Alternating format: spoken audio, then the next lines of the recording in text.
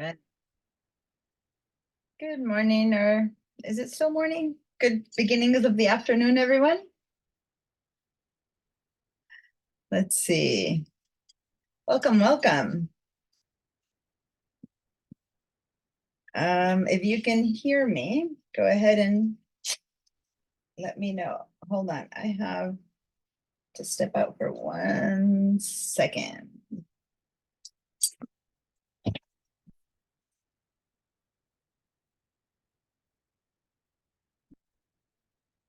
Here we go. Hey, Patricia. How are you? Let me see. I'm fine, thank you. How are you, Diana? Pretty good, pretty good. Loving seeing you again. I'm let me turn this on and turn this one on. There. And let me keep letting people in. Right. Sorry, long story short, I am putting on some braces that I've been doing some sculpture work this weekend, and I got carpal tunnel, which I haven't had this bad since my pregnancy, which is a long time ago.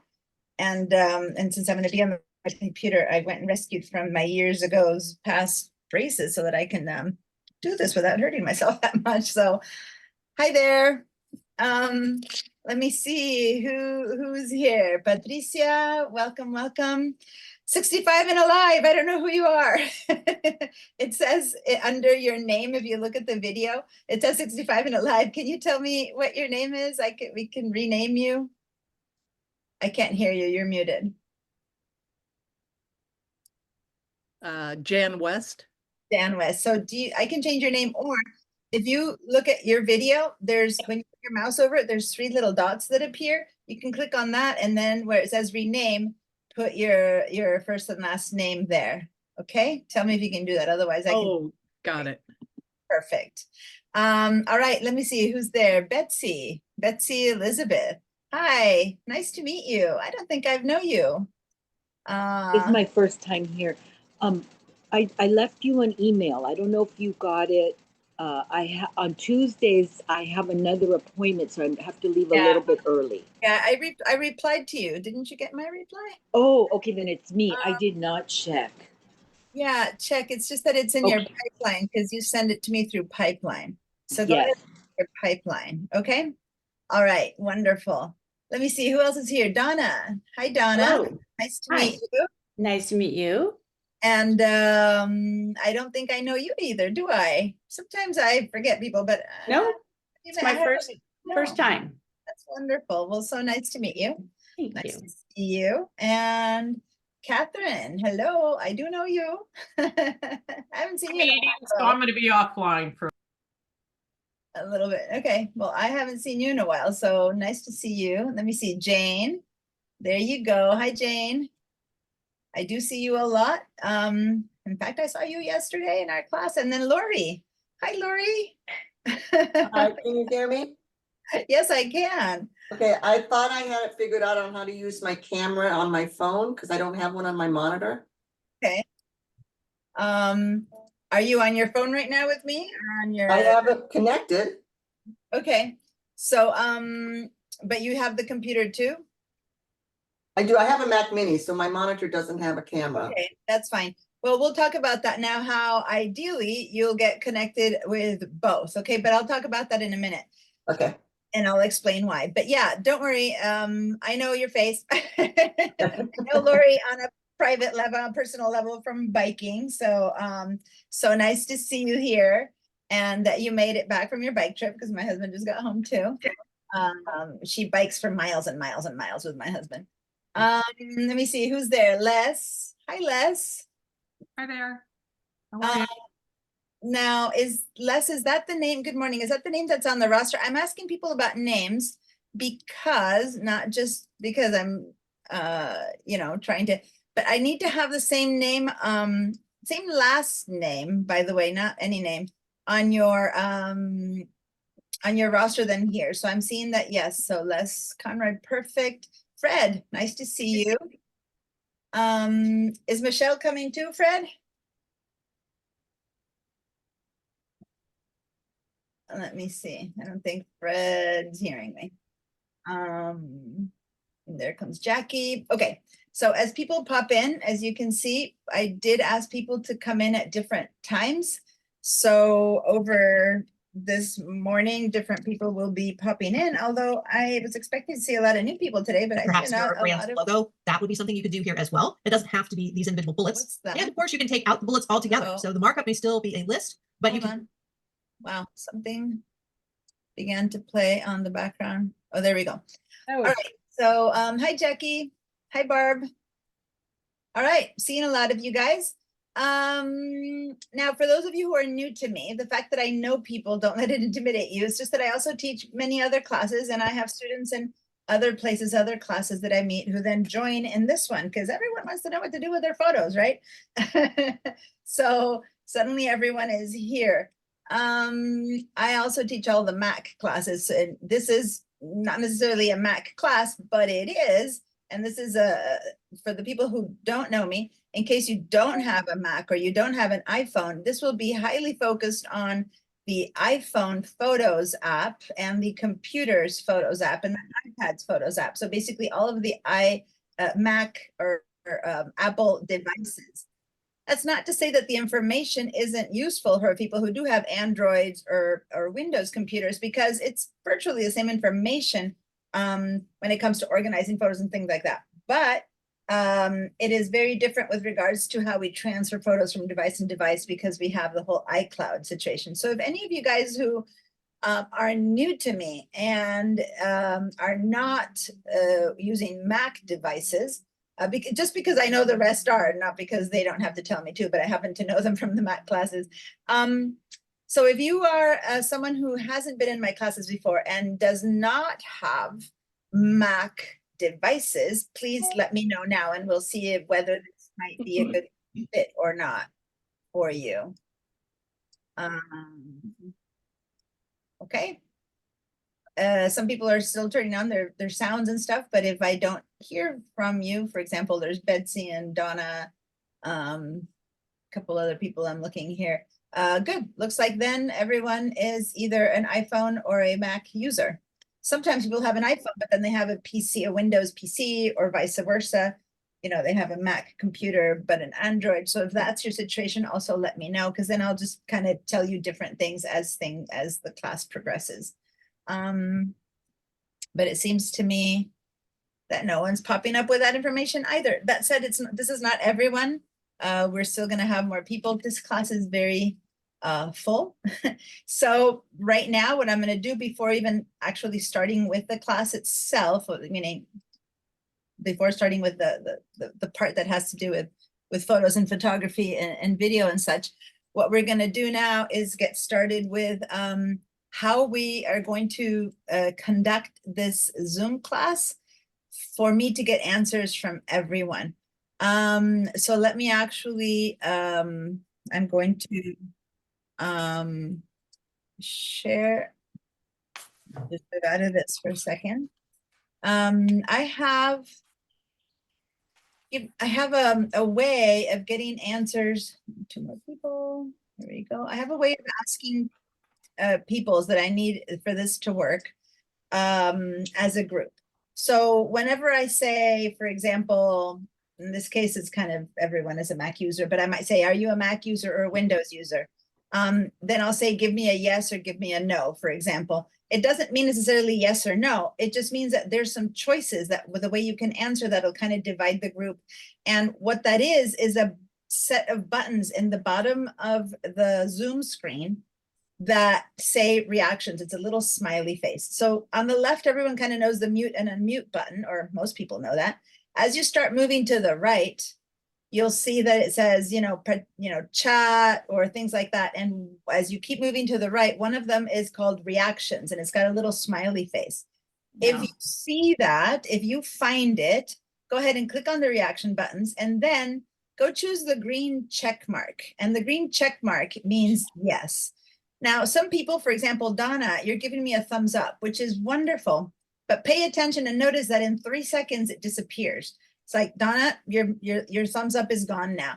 And although I really appreciate when you guys like laugh at a joke or, you know, give me a thumbs up or a little heart, that's wonderful, but it disappears. And when I'm trying to get answers from the class, the ones that stay put are the yes that many of you have found, or the no, which would be the red X. Okay. And so I'm going to be saying, okay, now everyone do this, do that. And when you're done, give me a yes. If you're having issues or problems or it's not working for you, give me a no. And that's what I mean. So now everyone give me a no. So go ahead and switch it to a no. And then I'm going to start connecting with people who don't answer one or the other way. And then I'm going to check in on them. So if I don't see an answer, I'm going to check in, which kind of slows the class down. So if you don't have a yes or a no, and there's a reason because you need to talk to me, then raise your hand. In that same place of reactions, you can go ahead and notice that at the very bottom, there's a long bar that says raise hand. Let's go ahead and switch it to raise hand. All right. By the way, while I was talking, some more people showed up. So Betsy, hi, nice to see you. And Marta, nice to see you. And I see that you said that you don't have sound right now, so that's okay. Oh, you said you got it. Okay. And then Yolanda, Yoli, hi, how are you? So glad to see you. So glad you're here. All right. I've been missing you this last session. All right. So I am seeing some people who raised their hands. You might notice that as you raised your hands, everybody switched places in the videos. You might not have noticed that, but it's the raised hand switches you around in order of who raised hand first. So in this case, Les raised her hand first and she's at the top of the list. So if this was a question, I would start, okay, Les, what's your question? Jane, what's your question? Lori, what's your question? Because in that order, it means that you have questions for me and I'll answer in the order of when you appear. So now let's go back to giving me a yes. Now I want to make sure that everyone has found it. So everyone give me a yes again, which would be a green check mark. And then if there's anyone who hasn't found these and hasn't been able to do it, I will begin to give them a one-on-one help. So Marta, have you found the yeses and the nos and the, okay, are you on a computer or on an iPad or on, okay, if you're on a computer, you do know where to mute and unmute yourself? Okay, so go look at the mute and then start going to the right. Keep moving to the right and start reading to me. What buttons do you have on the right? Oh, I am in the dark, aren't I? Thank you, Yoli. At this time of day, I have the sun. I have stop video, participants, share screen, chat. Is it under the chat? Keep going, keep going. Record, show captions, and more. Okay, more. So when you don't see the buttons, at the very end, if your window is small, you see more. More is the 3 dots. Now click the more, and under more, you will see the reactions. Hit the reactions, okay. Okay, and now in reactions, there you go. Now in the reactions, you'll see the yes, the no, and the perfect. You found them. Great. Everyone Okay. seems to have found them. I'm looking So around. do I always have to go to more, or can I hold that So, section?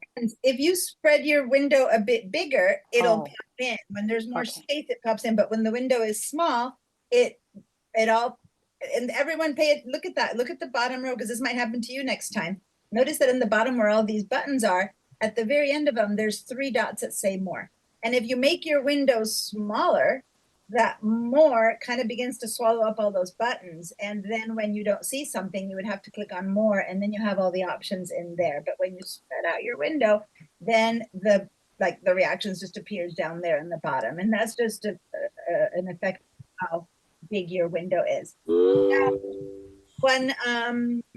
so some of you guys might need to have the Zoom window small enough to fit into the same screen.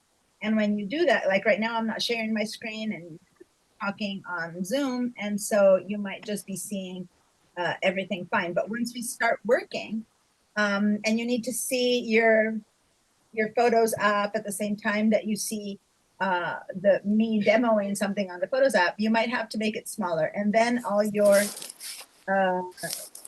actions and things like that might be in the more.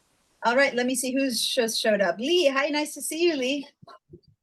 And I think everyone. Buongiorno. Buongiorno, Lee. How I are just came from Hendry's in Douglas Hike, and you? I'm Happy to be here. Well, thanks for being the best instructor in Apple in this county. Thank you, thank you. I am sorry that at this time of day, someone mentioned that I'm dark, and you can see my face. At this time of day, I have a second window here. I'm popping in twice. On the second one where you don't, I'm hidden there in the bottom, you can see my face a bit better, and it's kind of weird from down here. But because the front one, I have that back window at this time of day that I can't darken, and then I'm all dark and weird. But hey, that's Oh, I see. Yeah, there's one to the far left. there's somewhere else where you can see me from the bottom up. Maybe I can change the sound to be that instead of this, and then you guys would see me from this one mainly. I could do that. Let me actually do that. Let me.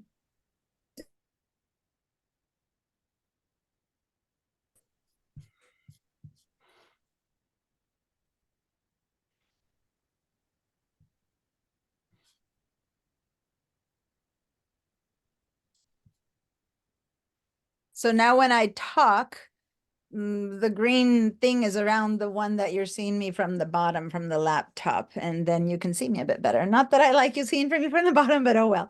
All right, so I'm going to show you that once I've got your answers, which everyone has found their yeses, and yes, no one, raise your hands. I'm going to clear your answers, right? So now, boom, everyone's back to 0. And now we're going to begin to use the yes, no, and the raise your hands more strategically when I ask, okay, everyone got this, you don't have this. And my request is that you actually answer. In the middle of wherever you are, people who are done, it's easy to say yes. But people who are not done, who are trying to struggle with it, tend to forget to answer. And then I see nothing. And then I start to ask individually everyone. There, thank you. See, Lori? All right. I love the little emojis that think I'm funny. Those are the best. The thing is that if you don't answer, I don't know if it's a yes or no. So then I'll start asking individually, each person something. And if you know it's a yes or no, just go for it, especially if it's a no, because then I can ask you, I'll go, okay, hey, Lori, how can I help you? Hey, Les, how can I help you? But if you didn't answer because you just didn't go to the button, then you'll be asked to. So just do your best to always say yes or no when I'm asking. Now, sometimes it's 3 options. And so I say, okay, some people say yes, some people say no, some people raise your hands. And it's just, I'm dividing the group into different kinds of answers, but then I'll clear you all up. The raise your hands, you should keep for later, for when you really have a question. So when I'm in the middle of talking and explaining something, and then you think of something that's specific to what I'm saying right now, you're welcome to just pipe up and ask a question. But if it's, something that will need a bigger answer, or questions that come up, oh, well, she's saying about that, how about this? Then just raise your virtual hand with the reaction. Don't just do this, especially because some people don't have their videos on and I wouldn't see them. But even if you do that, sometimes I see you, sometimes I don't. If I'm sharing my screen, I might not see all the people. So just go and do the virtual hand, the reactions, and it'll pop you up to the front. And then I'll go, oh, that person who's up front has a question. And when I'm done with whatever spiel I'm on, I'll go and say, okay, so-and-so, what's your question, right? In order. Okay, so that's a lot of information. I have some more information that has to do with how to get your handouts. I also want you to feel free, and this is very important, to just ask me questions. And I know I just talked about questions, but I know some people who are here for the first time don't know. But my goal here isn't to just kind of run through the material. My goal is that you walk out with whatever I've taught that day, that you know how to do it. So even if all the class has finished and said yes, and one person has said no, I'm going to check on that one person and make sure they catch up. Which means that some of you who already got it done might be just sitting there, and I'm going to make sure that it isn't a lot of waiting time, but if there is some waiting time, then you can always keep moving forward. And this whole photo apps conversation, you can always be organizing another album or changing the data on another one, or things that I'll be teaching you so that you can keep. The whole point of this is to figure out how to find and organize and what to do with our photos and videos that we take, mainly on our phones, but a lot of you also might be taking photos on other equipment, and wanting to know how to handle that from inside of the Photos app and on your Mac and stuff like that. So we'll work on that too. So I don't want you to just sit there and kind of wait it out, but just keep moving forward, because as you do things on your own versus prompted by me, there'll be things that don't work, and that's going to bring up questions. And that's when you'll just gonna, raise your hand, or, and this is the next thing, you can also ask your question on the chat. And one thing I need on the chat is that you should always check in on the chat. You might have noticed some people who've already written in the chat, they've been in my class before. I would like people to put in there, oh, and I'm seeing, there it is, Lori already had a question, but you might not see it because Lori wrote something directly to me. And if it's with respect to the class, like if it's a personal thing, I have a headache, I need to leave or something like that, sure, write directly to me. But everyone, go down to the chat if you found it. It's down there near the reactions button. And go ahead and type in a hello, I'm here, hi, just to check in. I want everyone in the morning to check in, but notice that it should be to everyone, okay? Like everyone should get the message that has something to do with the class. And then it's a way for me to kind of keep attendance going. So as soon as class starts, just kind of go in and say hi or hello, or ask a question, whatever you want to say at the beginning. But if it's a class question that I'm going to answer to everyone, then I'd love to have everyone be able to see the question that I'm answering. And in fact, sometimes the question will pass me by and I won't have answered me. And some eagle eyes of you go, oh, sir asked a question, and you'll remind me that I haven't answered. And I really appreciate that, because now and then my eyes just doesn't check out the chat. And as they roll forward, so you might have asked something that then later I don't see. So please keep an eye on that. And if everyone notices that there's something I haven't answered, please call me on it so that I can answer it. Okay. A lot of the times people ask questions, and then as they keep listening, I'll be talking about that. So your question already gets answered. If so, you're welcome to, bring your hand down, or oops, looks like I kicked the cable that holds my, there we go. Actually, it was almost better. You could see me a little bit better am I from down here, couldn't you? Anyway, whatever, I'm moving things around. My son was here using my computer this weekend and moved things around a little bit, as always happens when They always do people show that. up. All right. So the biggest thing we need to handle before we can start is the sharing screen. Now, when I begin to demo stuff, I am going to share my screen. And the moment I do that, what happens when I do that is that people begin to not see my demo at the same time as their own computer. So we're going to start testing that. When I share my screen, in fact, right now, before I even share my screen, is the screen filled with your Zoom? Do you have the screen filled up with your Zoom? That's the typical beginning of Zoom. It kind of takes over your screen and it wants to do that. So the first thing I need you guys is to make Zoom smaller, because what you're going to have to do is use half of your screen for your own Photos app and the other half for Zoom, where I'm going to be showing you my Photos app. And then you'll be working on it at the same time when I'll say, do this, and then you'll do this. So you need to have your screen kind of half and half split, or maybe a bit smaller for me for the demo, and then a bit bigger for your side. So the first thing you need to do is get out of that full screen mode.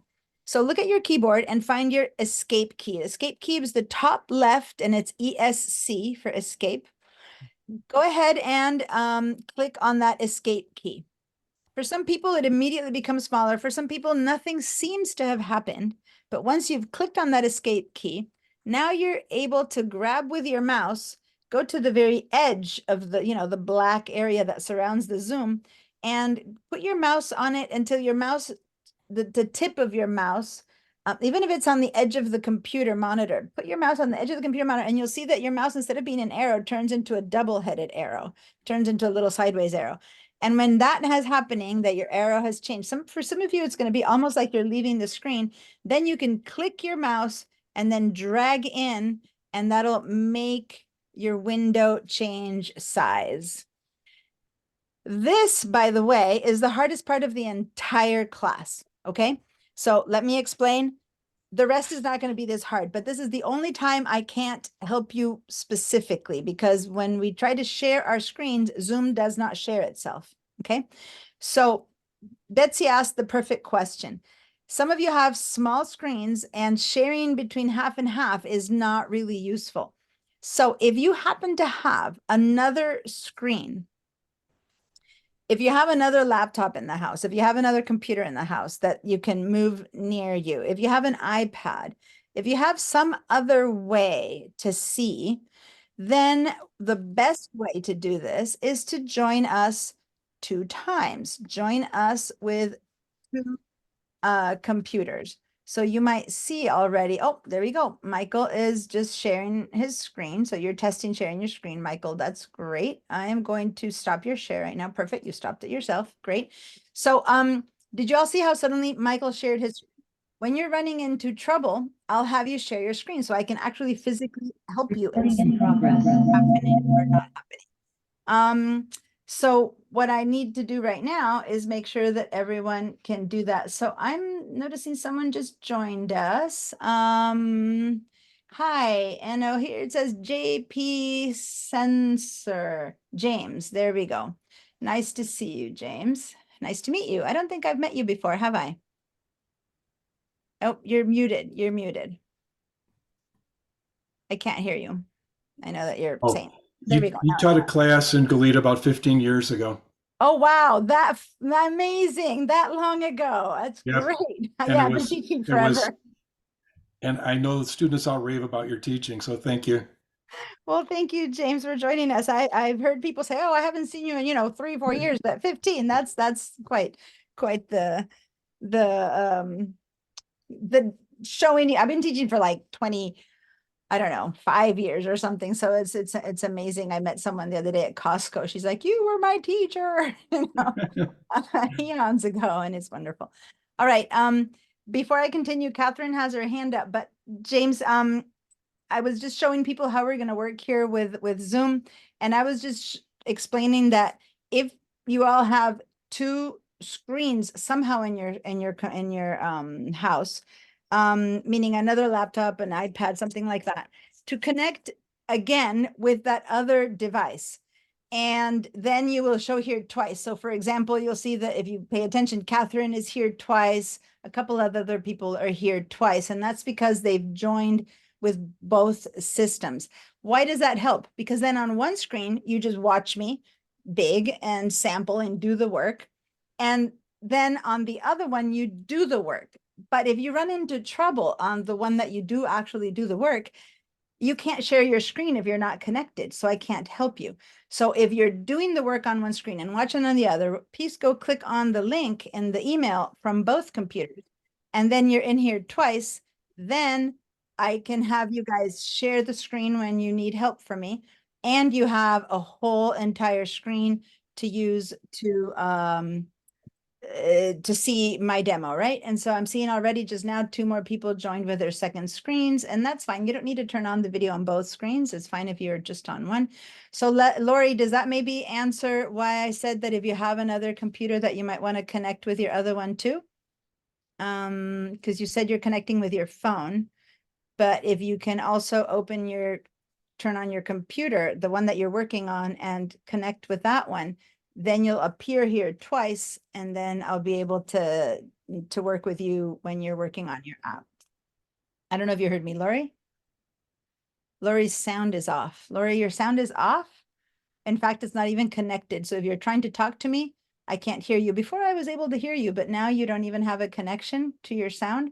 So if you're answering me and you think I'm hearing you, I want you to know that I'm not. Okay, so maybe you need to find a way to turn your sound on your phone again. So there you go. I've got a thumbs up, so I know you're hearing me, but I can't hear you. So if you can connect with your other computer or figure out how to connect to audio again with your phone, that way I can hear you. All right, while you're working on that, did everyone, and I know Catherine has a question, but was everyone yet able to move their Zoom so that it's not filling your screen? That's what I need you to answer. If you did, give me a yes. If so, not the thumbs up, Marta, because that's going to disappear. Switch that to the yes, okay? If you were able to move your screen to the side. If you weren't and you're not sure what I'm asking you to do and how to do this, please give me a no. I'm going to catch you up a little bit here, James. What I just did is ask everyone to use the reactions buttons. So on the bottom of the Zoom screen, there's, if you kind of look at all the little buttons that are available, one is a smiley face called reactions. Do you see that one? Great, you raised your hands, perfect. Above the raised hands, there's a green check mark or an X for no. And yes means yes, I was able to do that. No means no, I wasn't able to do that. And here's Lori on her other computer coming in. Okay, so what I was asking, so you found your yes, but what I was asking is for people to be able to make their Zoom smaller and have it occupy only half your screen. Before I do my demo again, there you go, Lori, hi. Before I do my demo of sharing now, I'm finally going to get to Catherine's question. So yes, Catherine. My question is, I didn't, when I hit escape, I'm just minimizing my Zoom screen and I have my desktop behind. That's what you want me to look at, or can I just do a side by side? Either way, as long as okay, when you have sound on, when you have two devices on, you have to turn the sound off on one or we begin to hear this reverb. So it might have been, do you hear how there's a second? So Lori, it might be you who just joined us. It might be Betsy. You two just added a second computer. Okay. So since your first one doesn't have sound, where's the first one? Okay, now you have sound on both. So what you can do on one of them is just turn it off or even say, do not connect. In the future, when you connect to Zoom, you'll see that they ask you, should I connect with audio? If you have two devices, say yes to one and no to the other, and then that won't be an issue. Anyway, so I'm going to give an example, Catherine, to answer your question right now. I'm going to go ahead and share my screen. And there's less coming into their second computer. Okay, great. So I'm about to share my screen. And I'm going to share a screen, just my entire background screen, which you will see is kind of a funky little photo of Mardi Gras with my kids. And here you go. This is my entire screen. When I do this, and normally I'll share just the Photos app and stuff, but when I do this, probably what happened to you is that your computer again got filled up. It probably went ahead and got to full screen again. Is that so? Is that what happened to you? I don't think so. I don't think so. Okay. I just hit escape and it just did a minimization, but I couldn't pull. I know how to pull and make the screen smaller when I'm sharing. Okay. I just didn't know how to do it. And I'm fine working with a split screen and I have my iPad. I just was curious because that escape thing didn't work for me. Well, the escape thing, sometimes when you're already escaped, it will put you into that minimized mode, which is just a little tiny block. And in that little tiny block, if suddenly you see just one tiny little window where you see me and you can't even see what I'm showing, then you can, there's like three little shapes. There's a line and a little box and a bigger box, and you can click on that and that makes that bigger again. For most people, that's not an issue, but for whoever gets into that minimized mode, you can undo that. Hi, Mary Lee, nice to see you. I'm sharing my screen right now. We're testing that when I share my screen that you can still see your own computer. So right now, with me sharing my screen, if I'm taking over your screen again, go ahead and hit escape again. Because then once you do this 2 times, then after that, it stays with your new choices. So you are seeing the background again. Now it's my little guy getting one of the eggs from our chickens. And that is just an example of me when I'll be sharing my Photos app. So you guys have to be able to be seeing this and then yours at the same time. I'm actually going to stop my share now. I will actually open my Photos app now. Can I just flip my screen for my purposes? On Zoom, just do 2 windows. Yeah, you're welcome to do it whichever way it works for you. Thank you. Doesn't matter. I'm going to I'm just using one computer with two screens. I'm gonna share my Photos app right now. Okay, so I'm gonna share my Photos app. And now this is the real test because this is what I'll be sharing all the time, my Photos app. And so there we go. We'll be doing something like this. Now I'm going to try to have it not too big so that you guys minimize. So now this is it. Now I want you guys to open your Photos app on your computer. And now you have to find a way to fit me on one side of the screen and you guys your own Photos app on the other side of the screen. Because now I'll be saying, okay, we're going to click on this, we're going to click on that, we're going to begin to work on these things. And then you have to have your Photos app up and running. And what matters is not to see all the people, all the class anymore. What matters is to see this window, the window that I am demoing, that you can open your own window and be able to work on it. So now that's the question I have for you. If you're able to see me and you at the same time, then I need you now to say yes, which again, now the yes might not be in the same place as before because now we're minimizing windows, right? So, or making them smaller. So remember, if you don't see the reactions button anymore, now head over to the 3 dots that say more and you'll find the reactions under there. Okay, so now I'm waiting for yeses or nos as to how this is working, okay? Cool.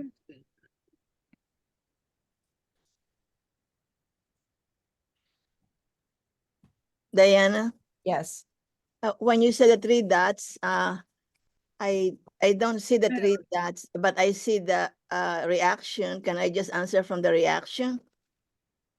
The yes? The yes, say that again. When you don't see what? The 3 dots that you mentioned. Yeah. As long as you see the reactions there, just say yes from the reactions. But for Okay, people, the got it. reactions begins to hide out. And then you need to find it under the 3 dots. I'm seeing a lot of yeses. Patricia, I'm not seeing a yes from you. I'm seeing, for example, that Betsy is saying no. There's, by the way, there's 2 Betsy's here. So Betsy Kramer, Betsy Elizabeth. So when I say Betsy, if none of you reacts, I'll go ahead and say your first and last name. But now this time, Betsy Elizabeth, you said no. So how can I help you? Okay, I'm not, when I bring up my photos, can everyone see my photos? Nope, nope. Okay, Everyone is and I seeing don't know mine. how to do that. How to do what? Be more Bring up, specific. like how you have the screen with all your photos up. Yes. Okay, so right now, I'm going to start explaining how to get to this. Right now, I was just hoping to make sure that you can do half and half the screen. But I see your question is how to even bring up the Photos app is the question? Yes. Okay, great. So I'm going to stop my share for a minute and then I'm going to start from there because that would be like beginning my class. And I'm yet still trying to make sure that everyone can handle the windows. So we're not really talking photos yet, which is why at first I was just sharing my screen, kind of my basic screen, because that's right now what I'm trying to do. But some people understand better when I actually show them exactly what is going to happen. So give me a sec here. I'm going to Diane, I have no photos in. Barb, wait a minute. I'm trying to do something and I won't be able to pay attention to your sentence until I have changed something on my screen so that I can give this answer. Okay. So, I have a Betsy who just joined with her second computer. Is that Betsy Kramer or Betsy Elizabeth? Kramer. Kramer. Okay, I'm gonna go ahead and change and add. Well, maybe the other one did Remember- also. I don't know. No, it's you because I saw Yeah. just because otherwise, since I have to, normally I don't need first and last name on your second computer, but since I have 2 Betsy's, I'm gonna go ahead and make sure that I have that both names on the same one. There we go. So I have you 3 times, right, Betsy? I have 3 things that say Betsy Kramer, right? Or is one Betsy Elizabeth? Just to make sure. Where are you, Betsy Elizabeth? You're there. Okay, you're on one. All right, good. Cool. So here's the thing. If I'm gonna begin, I'm gonna kind of get to begin with a class right now, okay? And what I need you all to know is that this class is going to have a portion where we understand how to grab our phones and use our phones to connect to the computer, which by the way, give me a sec here because My cable is missing. Here we go. I need to be able to share my screen, my screen with you to show you the settings on my phone. I need an adapter for this computer when I do this part. There we go. I also, if you have a phone or an iPad somewhere, make sure to have it near you and have it charged or connected. I'm also going to be showing you how to work the settings on your computers and on your phones and on your iPads to make sure that the whole conversation about photos and iCloud and transferring photos from one device to the other is working. And also the basics, how do you even use your phone? Now, this isn't an iPhone photography class. In fact, that one's coming up. It's in the channels to be taught. So I will explain some stuff about how to use the phone. At some point, you'll see it'll come up, but it isn't me sending you out to take pictures that I will then check on your photos. This is more all the photos you already have on your phone. How do we search through them, organize them, find them, and all that kind of stuff. And yes, all the different types of photos you can take. So how do you take that panorama? How do you take that, moving photo, and how do I not take that moving photo, which I hate, or yes, I don't hate, or I love, and that kind of thing. So in that sense, I'll be teaching you how to use the buttons on your phones, but we won't be talking about the quality of your photos is what I'm trying to say. Okay. Like take great photos on your phone. That's not this class. This is how do you take a photo? Where's the button to take the photo? And the things I'll be photographing as samples will be things like my screen, because I'll be right here, right? So I'm going to show you how I'm going to share my phone now. So when I share my phone, it's going to look like this. So now I'm sharing my phone, and this is the Photos app. And this is in the general phone. And we're going to be using the settings, which is this one in our phone, okay, to make sure that we have the right settings for the photos to go from your computer to your screen, from your screen to your computer, and so on and so forth. I'm going to stop that share. And then I'm also going to be sharing, and now I'm going to share my entire screen one more time, which if this is your computer, hopefully on your dock, everyone might see the system settings app right there. If you have an older operating system, you might see it, the same icon, but it might be called System Preferences. If so, when you open it, then this is our system settings and our system preferences. And we'll be using this also as part of our class.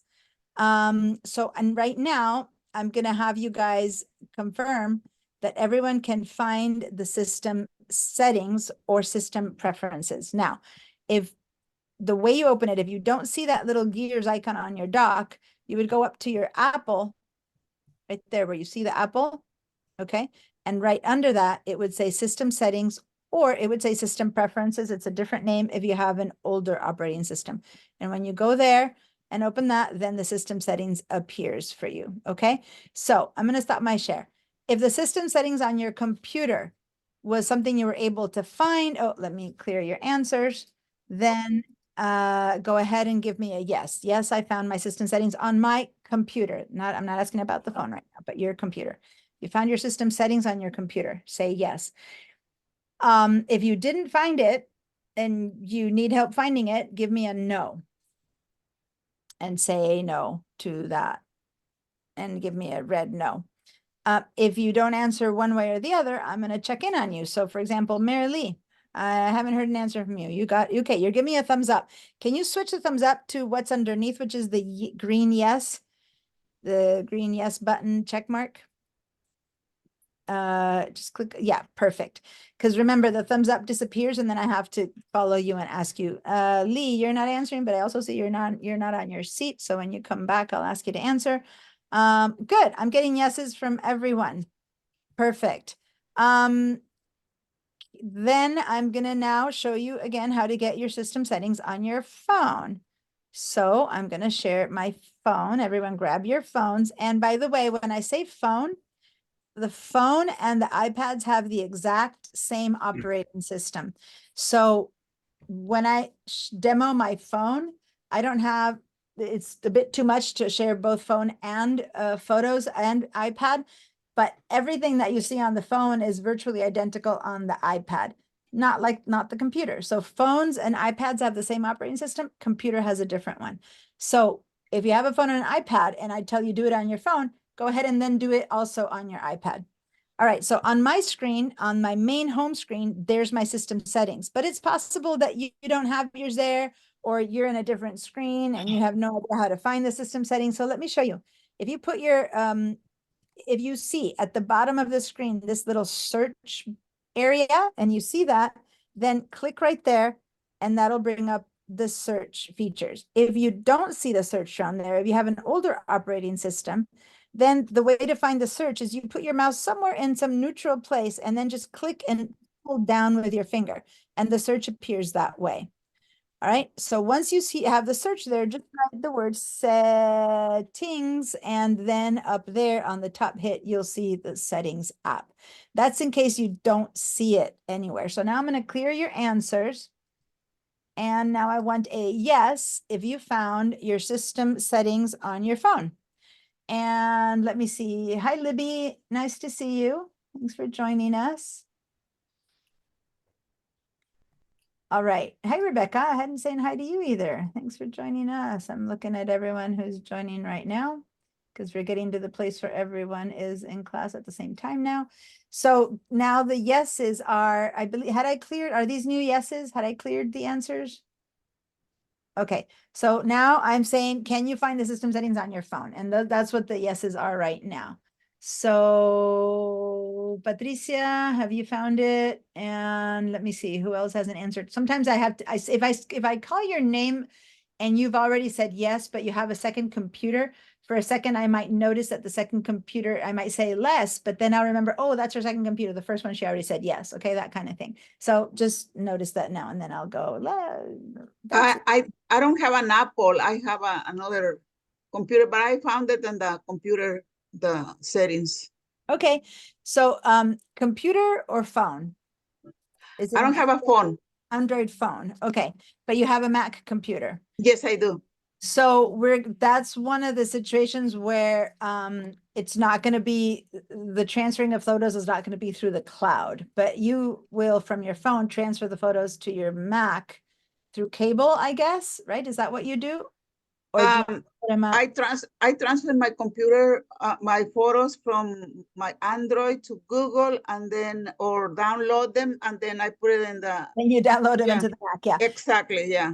Good. So she's been in my class before. We've walked through this. If anyone else is in that situation, which is why at the beginning I wanted to know, it takes some more stuff has to happen, and it's possible, but it takes some more work. So if you're in that situation, let me know so that then we can get to the place where everyone can work on them. Now, cool. Looks like everyone's a yes on that one. I am going to Libby, I know you just joined us, so I don't have your answers yet, but if you, the questions, I know that you know how to share your screen, move it to the sides and all that. Now my question is going to be, who has never shared their screen on Zoom before?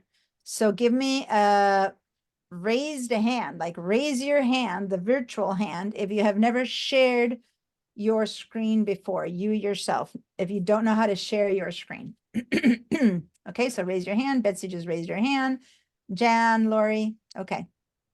Betsy, so if you've never shared your screen before, I'm going to spend a few minutes having, Jane, you're clapping your hands, but I'm not sure if that was raise your hand.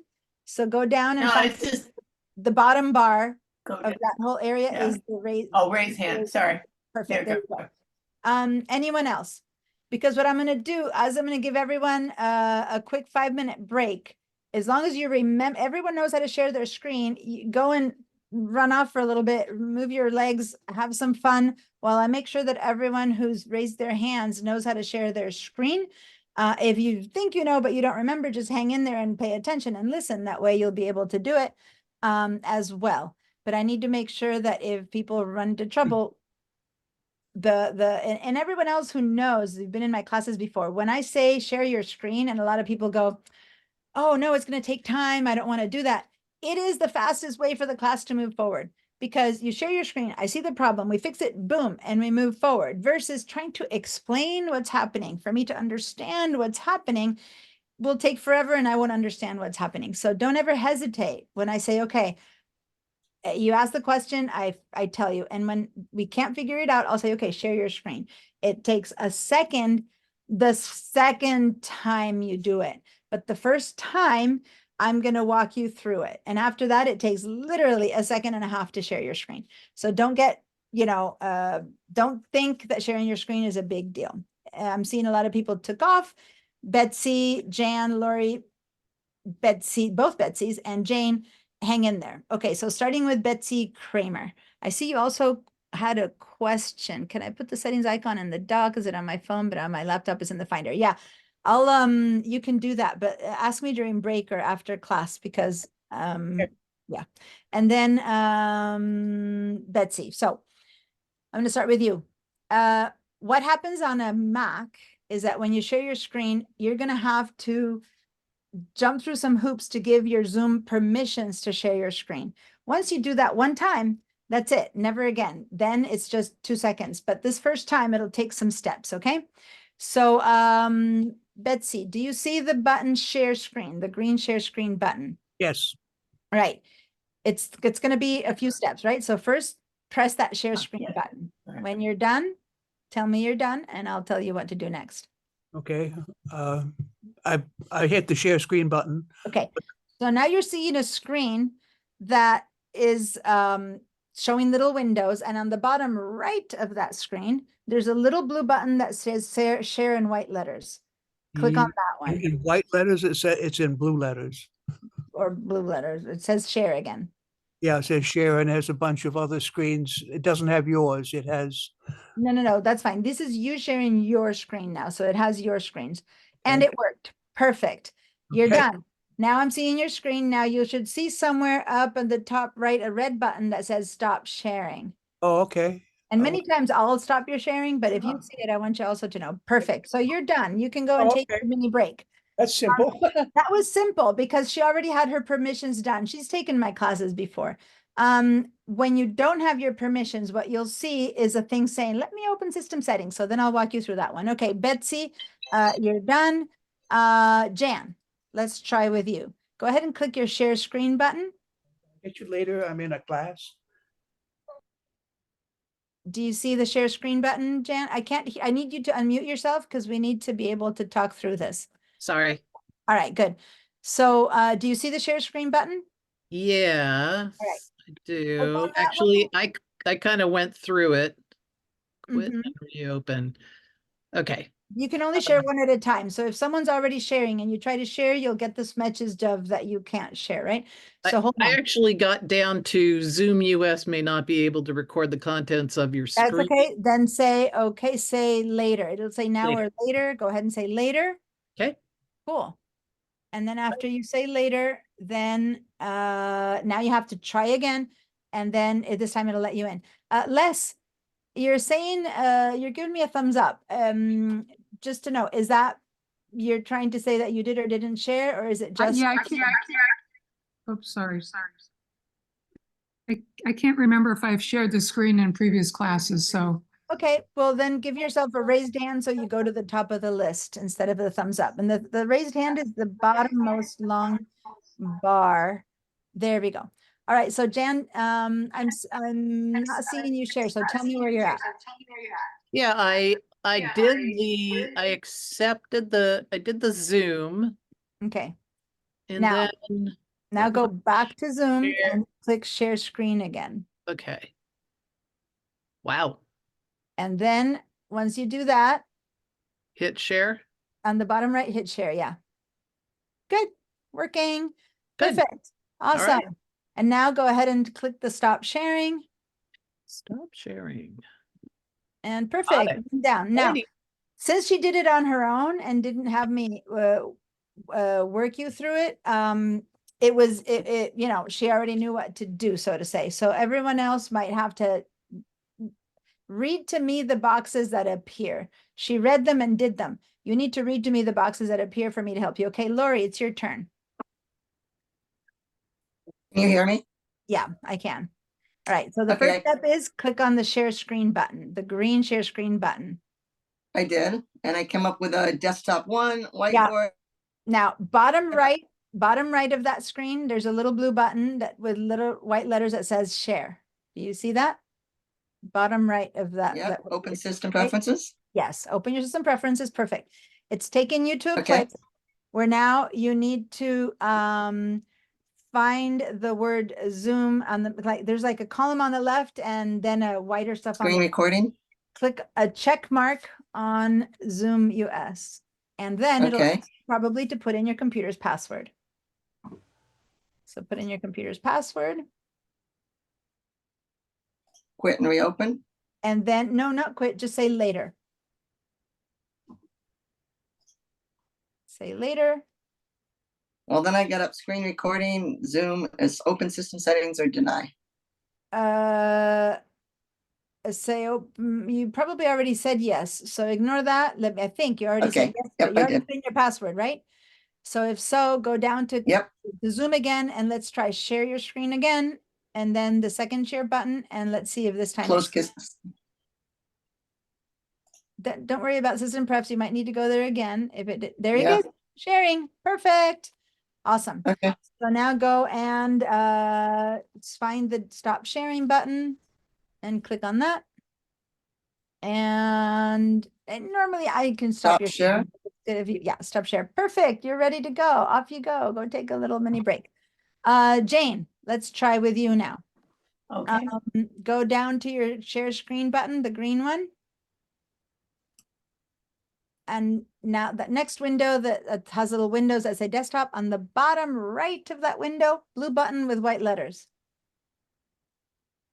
Click on allow Zoom to share your open system preferences. open system preferences. Yep. Now, when you get to your system preferences, you'll see a choice for Zoom that you need to click on a check mark next to it. My computer is I gotta get rid of this thing. It still works. Don't worry. It'll work for this. Did you see the Zoom in the system preferences choice where you can click on I the haven't got preferences yet. Oh, when you said yes, open system preferences, it will open, it'll pop in automatically. Well, okay. Preference could not load security and private. Okay. Preferences error could not load security and privacy preference pane. All right, so maybe you're right. Maybe your computer is too old to handle Zoom sharing.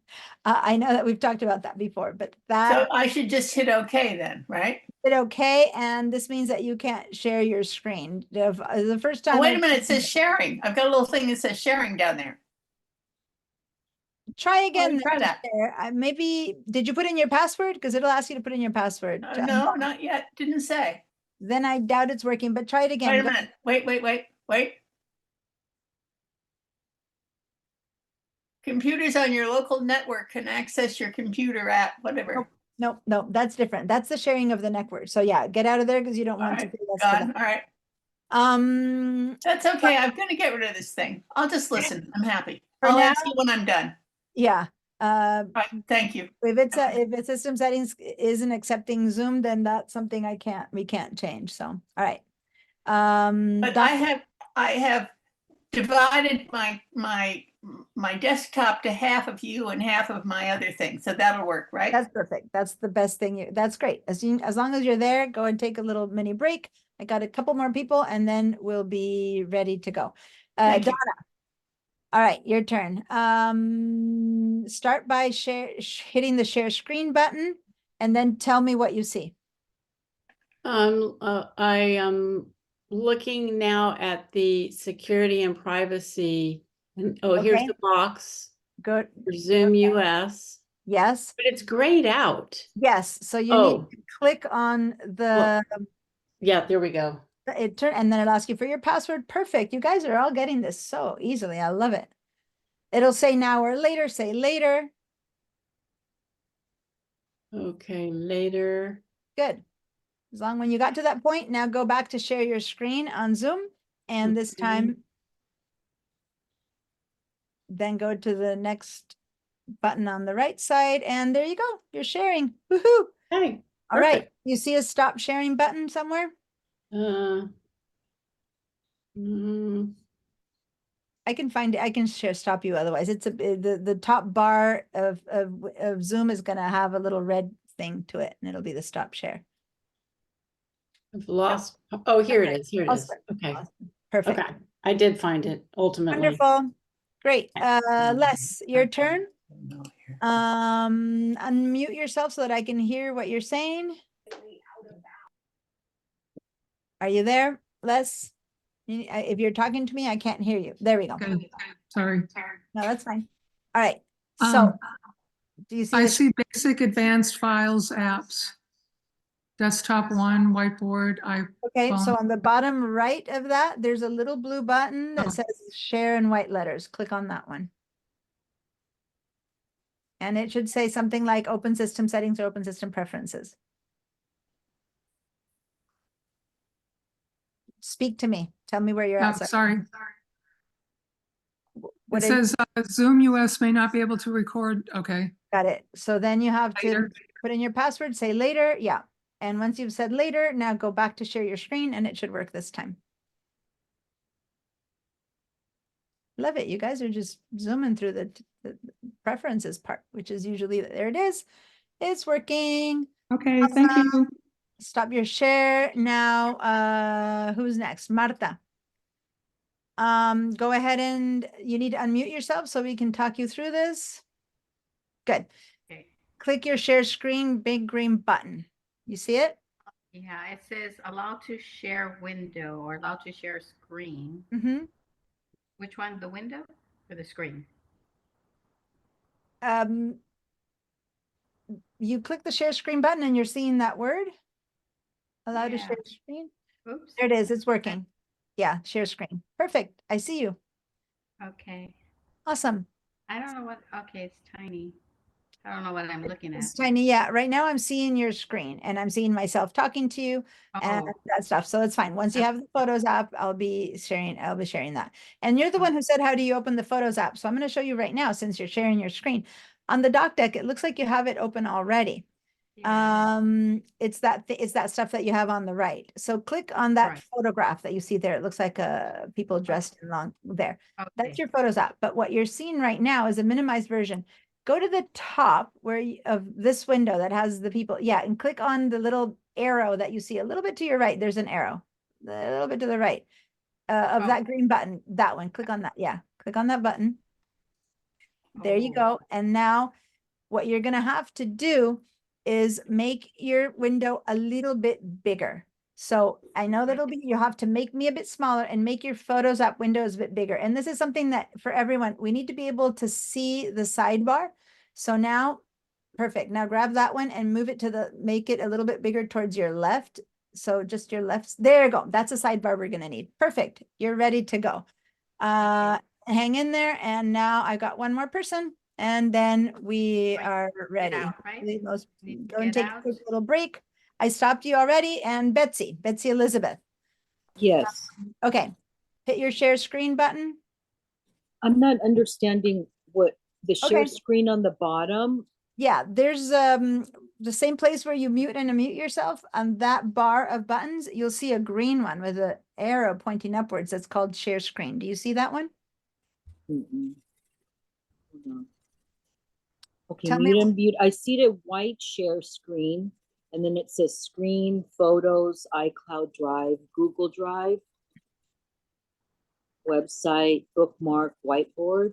When you click on. Are you having me be on settings? No, not on settings at all. I want you to be on Zoom. Yeah, Yeah, I'm because on the one that Zoom. you're seeing is different. So go back to Zoom. Try to, you just unmuted yourself, right? I told you when I started talking to you, you unmuted yourself. That exact place. Now start moving to the right with your eyes. And in that same bar, you should see a place where there's a button that says share screen. You might have it under the more. You might have it under the more 3 buttons if you don't see it to start with. Meeting settings? Nope. So go back. Because I have one that says share and I touch and it's not blue, it's white. And Okay. it says share on the bottom. And the it's to the bottom, right after the reactions. well, try that one then. It looks a bit different, but go ahead and try that one. But it's just that if you're in meeting settings, you're in a different place. That's why I'm a bit confused. If you're in meeting settings, you should close the meeting settings. What I need you to do now is to go back to I'm gonna have you read out the names. Go back to the same place that you mute and unmute yourself. Okay, yeah, right here. Okay. All right. Now start reading to me as you move to the right. What buttons do you see? Okay, hold on. Mute, share video, participants, chat. It keeps coming off. Hold on. Reactions, share, and that's the That one one. I touched. Okay, so that's the share. Go ahead and Okay. click on that share. I'm just And surprised then- that you say it's white. Okay. And then on the bottom right of that window that you're seeing, do you see another button that says share again? No. No, I see screen, photos, like when, well, let's see if I touch screen. When I touch Okay, go ahead and say screen, screen. and then it says screen broadcast, and then check Zoom with a check mark and start broadcast. You're in a different settings. That share isn't the share that I'm looking for. It's weird. Is this your most updated Zoom? Have you updated it lately? No, I don't think I've updated, but okay. So let's do this. For now, this version of Zoom that you have is different. It won't let itself share to you. So right now, I'm not going to have you practice this. After class is over, go ahead and go to the email that I sent about class starting, and I put a link in there with here's how to update your Zoom. Go to that link after class is over, because now otherwise you'll leave the class, and update your Zoom. And then when I see you again on Thursday, I'll help you figure out how to share your screen with the updated Zoom, okay? great. Thank you so much. You're welcome.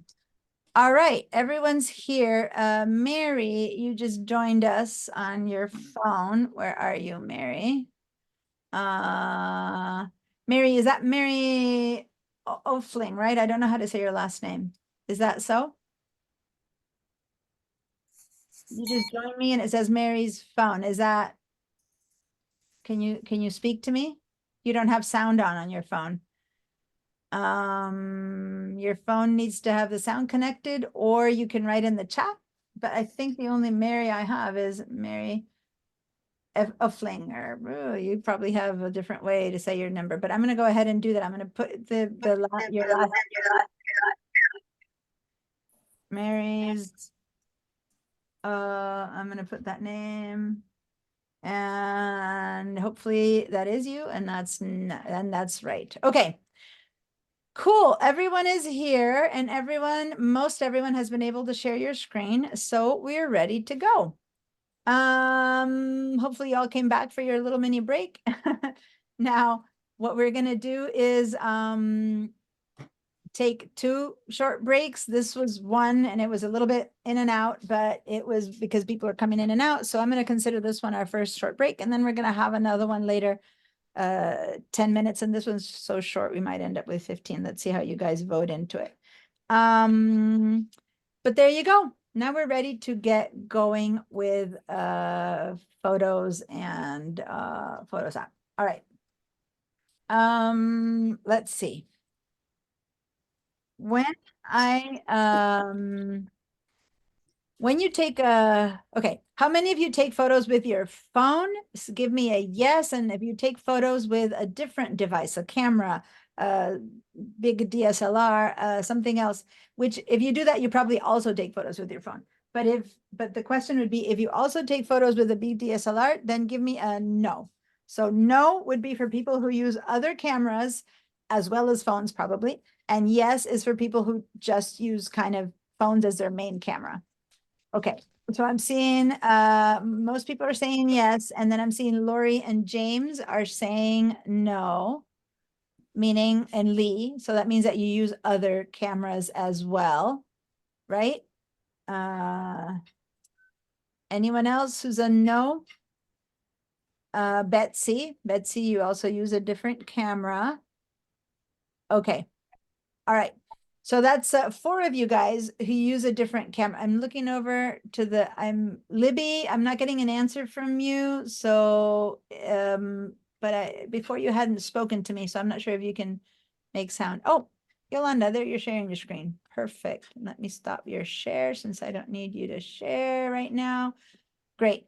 Barbara, I don't have an answer from you. Do you take photos on something other than just your phone? I think you might. Barbara? Do you take only on your phone or do you use your camera also? And just because there's some people that I see in my Photoshop class and things like that, and some of you guys then would do it on others. I Mainly on have a your- lot of pictures in my phone. Yeah, I'm sure. a lot of- I've never used photos on my computer. Okay. All right, that might be something that a lot of people of you have. So, okay, so now the answer then for the 3 people, so James, Lori, and Lee, and Betsy, 4 people who said that they use other devices, then I'm assuming you also use your phone.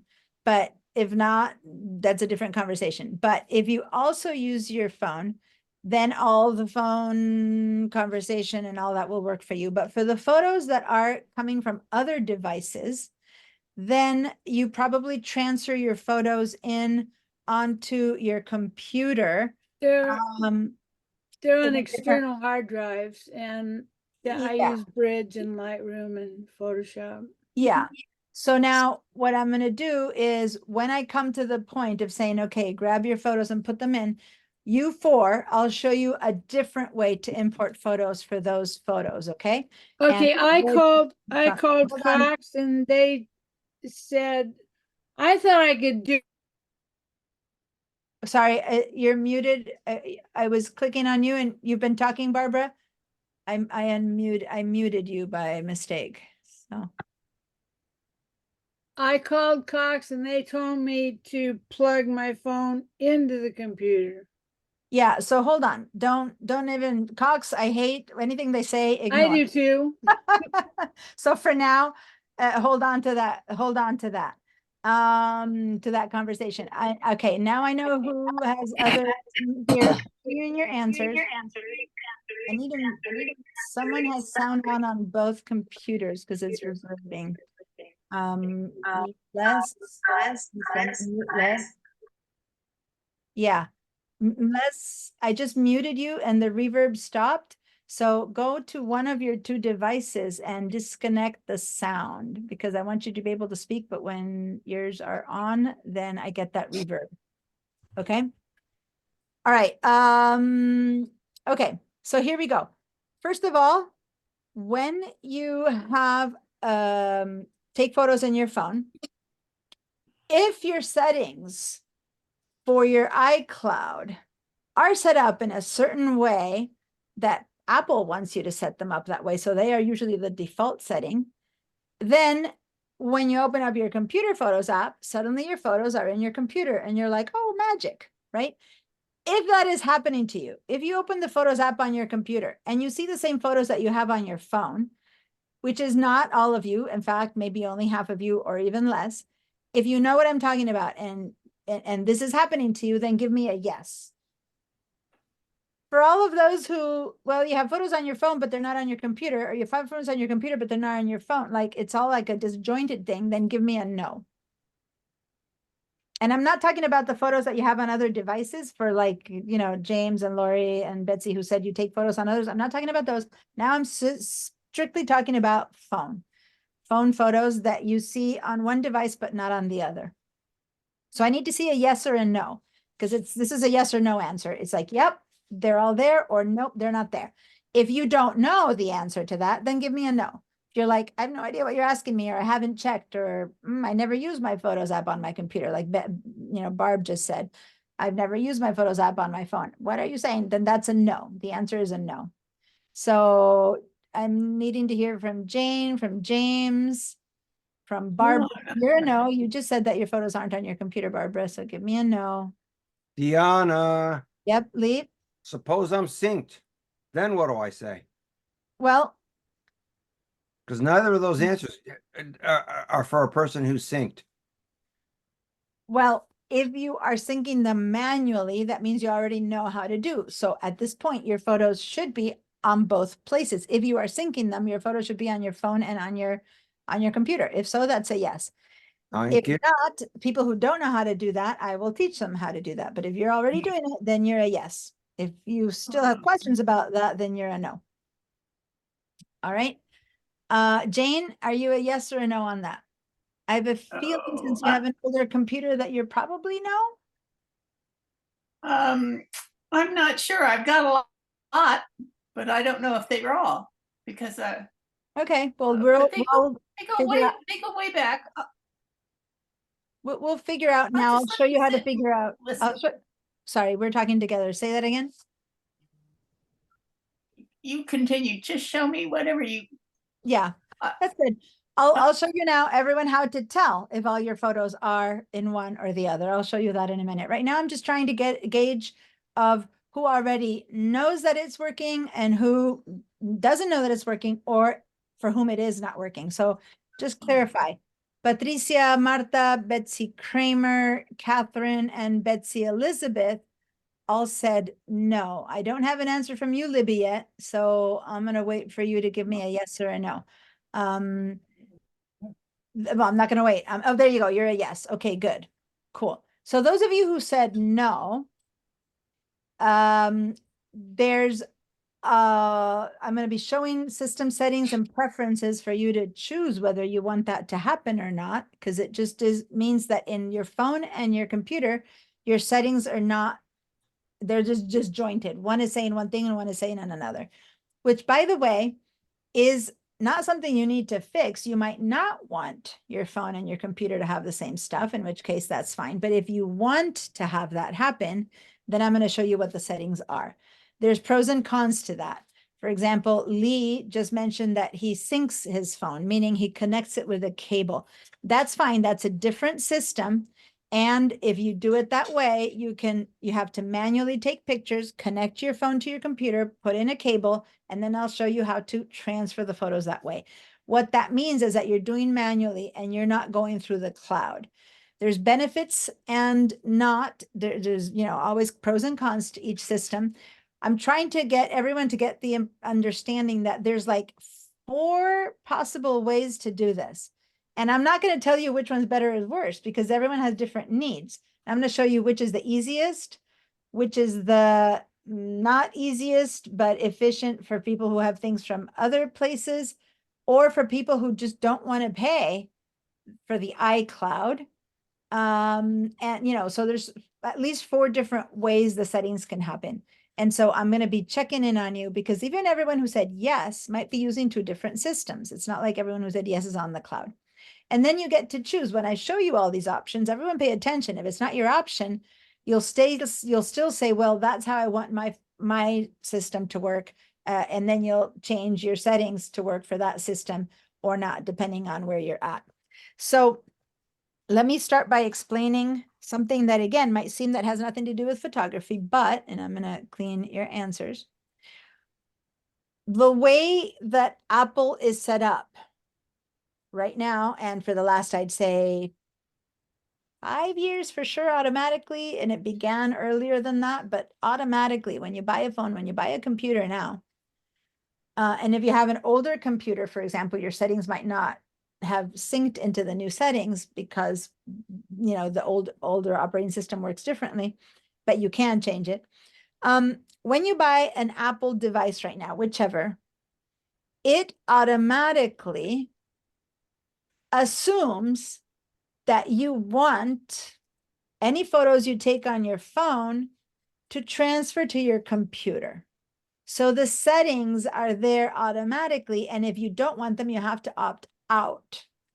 Versus people who had devices from before, if you want that to work and you need to opt in. Does that make sense? It's a system that in the past was not automatic, which now is automatic. So you can all be all over in the different settings, and we're going to go check to see where some people are in one or the other. Before we go much further into that, I want to remind people that if you've taken the Mac classes, I've spent a lot of time talking about the iCloud and all of that, and you understand this, then just be patient, because there's a lot of people here who, yes, they have Apple devices and what, but they don't understand much about the cloud. So I'm going to spend a little bit of time talking about the cloud and how to change our settings, which you might think, hey, I just want to know how to handle my photos, but this is a crucial part of the whole conversation. The cloud, just the word cloud, not the iCloud, the cloud is basically the way that all computers are connected in the world that have a connection to cable or Wi-Fi, right? And it's an amorphous place, which is basically you connect because you have, cable, and the system connects to another computer. Next thing you know, you could, through the cloud, be connected to someone who's in Lithuania or whatever. That's the cloud. It's this generic place, amorphous. We say the cloud. It doesn't specifically talk about anything other than the fact that through the internet, we could all in one way or another be connected. You can be looking at a website that someone put up in Argentina or Mongolia. That's the cloud. The iCloud, the word iCloud, is a brand name from Apple. The Google Drive is a brand name from Google. The OneDrive is a brand name from Microsoft. These things that I'm mentioning are companies harness a little bit of that cloud. They kind of put a fence around it and say, this is only for me. They have a private piece of the cloud, which you can only access if you have an account with that company, right? One way or another. Some are free, some are not. But you all get a bit of that for free just by the fact that you own an Apple device. So there's a space in the cloud that you can only access if you know your Apple ID and your password, and you have 5 gigabytes of space in the cloud just for your stuff for free. Now, that stuff means that anything you do on your phone, have you ever had your phone say, you don't have space in the cloud, you're backing up to the cloud, you ran out of space? Has anyone ever heard that message arrive in your phone or something like that? Yeah. So automatically, without you even knowing that this was happening, you just bought your phone, you turn it on, you have no idea, but if you don't change the settings, your phone is setting a backup to the cloud of the stuff that's on your phone.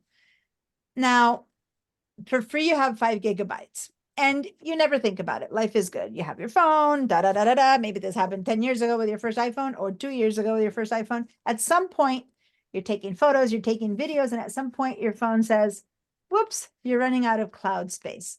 What that means is that you've put in more things on your phone at this point, and usually you're out of space when you start taking videos. Videos is what really fills up your space. It's like, boom, instantly. At that point, your computer goes, I have no space. You need to start paying for space. And the first level of space that you can pay for is 99 cents a month. So for $12 a year, you get 50 gigabytes of space. So you go from 5 gigabytes that are free to 50 gigabytes of space. And now the photos that you have and everything else that's on your phone can transfer up to the cloud. Now, that's just the technology that I'm talking about, whether it's better or worse or why or not, or security, that kind of thing. We're going to keep talking. We have many meetings to keep talking about those questions. Right now, I'm explaining the transfer of stuff from your phone to the cloud. I'm starting with the word phone because that's what everyone here uses. Some of you have used the Photos app on your computer. Some of you have not. But just about everyone has picked up their phone and taken a picture with it.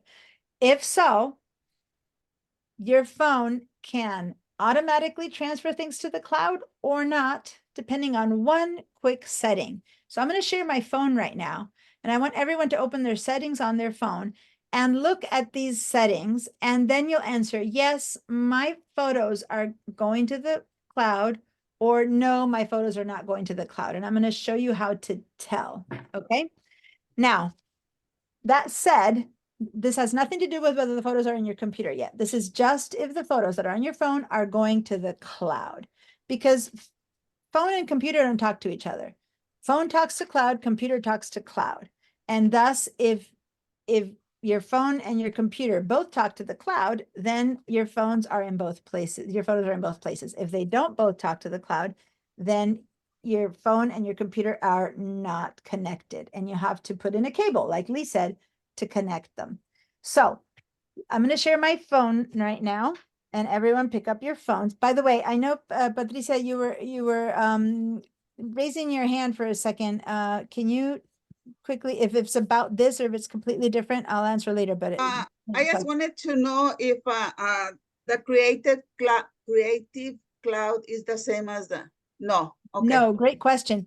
Patricia, you're also in my classes where I teach Photoshop and InDesign and Illustrator, all those classes. That's the Adobe Creative Cloud, which again, I just told you about brand names. The name Creative Cloud, that's the company called Adobe that has space in the cloud for you. So there's all these different names. The only one I'm talking about now is the Apple space in the cloud, which is the iCloud. And this is like saying, jeans, Guess, Levi, Wrangler. These are just different companies that have space that they're all jeans, but everyone has a different brand name. So the iCloud is the brand name of the piece of the cloud that belongs to Apple. The Creative Cloud is the brand name of the piece of the cloud that belongs to Adobe. Okay, so yeah, great question. All right, so now I'm sharing my phone. It'll take a second. And I'm already sharing my settings because I had taken you there, but just in case you weren't in class yet when I said that, on your phone, you need to find your settings app. And your settings app is down here in the, not down here, anywhere, it depends on where it is, on your screen, or you might find it in other screens. Or if you don't find it, you need to search for it. And I kind of did this a bit earlier. Some of you weren't here yet. Go to the search and click on the search feature here if you don't see your settings easily, and then just write the word settings. You don't even need to write the whole thing, just by writing SET, there it comes up. And then click on that, and now we have our settings open. All right, go ahead and do that. And once everyone has found their settings, give me a yes. This is when I really want to make sure that we're all on the same page. Okay, so many times the yeses are questions like I've been asking, or they're just, are you there yet? And you're all yes, yes, yes. And then one person who's not there yet, and I'll help them find it. Okay. Great. So I'm seeing mostly yeses. Patricia, you don't have an iPhone, so you wouldn't give me a yes. That's fine. Yolanda, Marta, did you find your settings? Do you need help? Yes. Okay, so if you can give me a yes. And James, are you there? I know that you weren't here when I showed all the yeses and nos. Do you know how to find your yeses and nos, James, when I'm sharing my screen to give me a yes or a no? Are you talking to James James, Sensor? you're the only James, so yep. I connect with a cable. All right. So then my question right now is, on your phone, did you find your settings app? Yes. Okay. And it's fine that you connect with a cable already. And if that's what you're doing, I'm not going to change your mind about this, but I want you to be able to give me a yes to the question, did you find your settings? I'm going to lead you through stuff through the settings that you can learn about the settings. And then you can choose. You don't need to choose to turn it on or off. You just need to pay attention to what the choices are. All right. So to access the iCloud part, all of these settings, if you're in the beginning of the settings, these are all things that if you go up and down have to do with your phone settings, period. That everything that you see here is phone settings. To access the iCloud portion of your phone settings, you need to move into up here, right under the word settings. You should see your name. You should be seeing your name. This is a school phone, and instead of having my name, it has SBCC Business Services. But for you guys, you should be seeing your name in there. Once you see that, click on that name, and you'll be taken to this page. And this is a very important page because right there under your name, you will have an email address. That email address is your Apple ID. So if anyone didn't know what their Apple ID was, that's it. That's your Apple ID. Write it down, keep an eye on it, know it. Now, for some people, that's your email. It's like, oh, I didn't know my email was Apple ID. For some people, it's an old email. It's like, whoa, I don't even use that email anymore. It doesn't matter. When you purchased your first Mac device, Apple device, 2 years ago or 10 years ago, but in the settings and stuff, people said, what's your email? And you wrote it in there. That became your Apple ID. Even if you don't use that email anymore, it is unconnected to your email. Before that, they used to let you write your own Apple ID. They'd said, invent a name, just like many other people do. Find a username, and then people would forget it. But what they discovered is that no one forgets their email. So now they just ask, what's your email? People write it in, and that by default becomes your Apple ID. Even when you don't use that email anymore, it's basically could say the word Dalmatian dogs. It doesn't matter. It's still your Apple ID, and it will continue to be your Apple ID. And you can never use that anymore, but that's going to be your Apple ID. Got it. So everyone, if you have a question about Apple ID, this would be the time to ask. Like if you don't find this, you don't see anything down there that makes sense to you. Nope. Okay, I'm going to assume that everyone knows then that this is their Apple ID. Now, I'll explain more why it matters or not. Yes, Catherine? So you're saying it's not related to anything. Nothing from the cloud goes if they need to communicate to us, and that's not a good email anymore. It doesn't matter. It How doesn't. does the cloud know who we are? Yeah, so those are all great questions, and I'll tell you in a minute more, but that's Okay. all the kind of stuff I really talk about in my Mac classes when I explain the cloud. But the big and the short of it is that this here, imagine that it just says 1, 2, 3, 4, 5, 6, 7. Instead of that, it has an email. That's all. It's just the key to unlock your access to the cloud. Okay, it's just an account number. Like when you see a phone bill and it comes with an account number, this is your account number in the cloud. That's all it is. There's sometimes that also, if it's a fresh email, it's actually your actual email. If so, that's fine too, right? But for some people, it's not. Okay, now, down here, you see the word iCloud, okay? This is the access to your iCloud, and you will see right next to it, you will see a number. If it says 5 gigabytes, 5 GB, that means that you are using the free 5 gigabytes that you get just because you own an Apple device. I'm going to close your answers now. And if anyone sees the 5 GB in there, give me a yes. If it says 50 GB, give me a no. If it says 200 GB, raise your hand. Those are the 3 possible settings, 5, 50, or 200. So 5 is yes, 50 is no, and 200 is raise your hand. Diana? Yes. Mine says 6 GB. Is that odd? 6 GB? That is very odd. You do have the whole family share with your family, I know. So it might be a different situation. I can later have you look into it through the computer where you can share with me, and I can pay a little bit more attention to that. Okay, thank you. But for now, yeah, that is not one of the typical settings. All right, I'm seeing people who have not answered. That means you don't know where I'm asking you to look, or you don't know the answer, or you're not hanging. So James, Catherine, I don't see an answer. Mary Lee, I don't see an answer. So you guys go ahead and check on this number. And if you don't know what I'm showing you or how to get here, let me know. Talk to me right now and I can help you get here. So Mary Lee, yeah, I see that now you're. Mine just doesn't say. I know what I have, but it doesn't say. I have the minute. Okay. No, it's just a blank. All right. So, and when I press it, it doesn't say. Okay, so watch.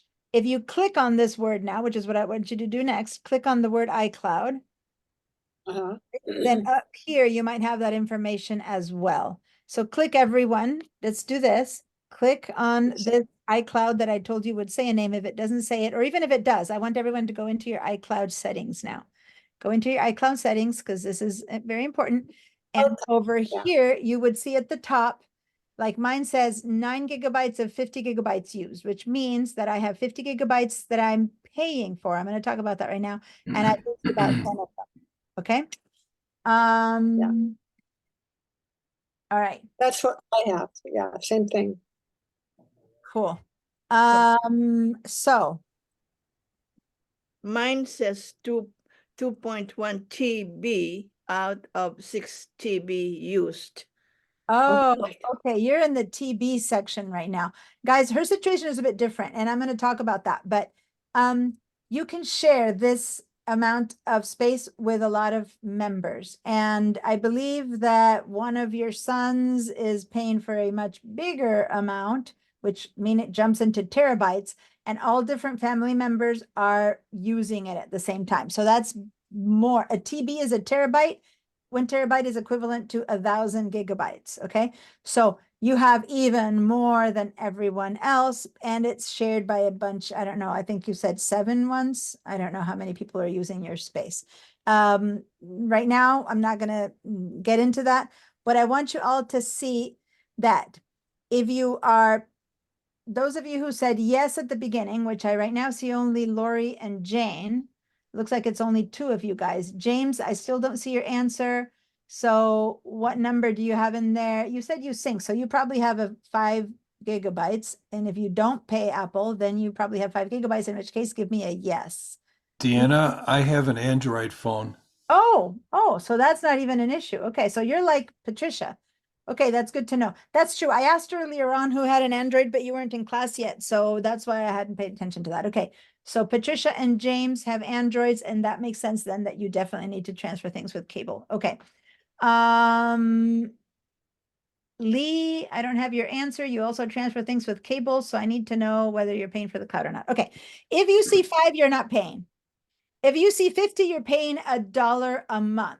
And if you didn't know you were doing that, then you are. At some point, you had to enter your credit card and you are paying 99 cents a month to have 50 gigabytes of space.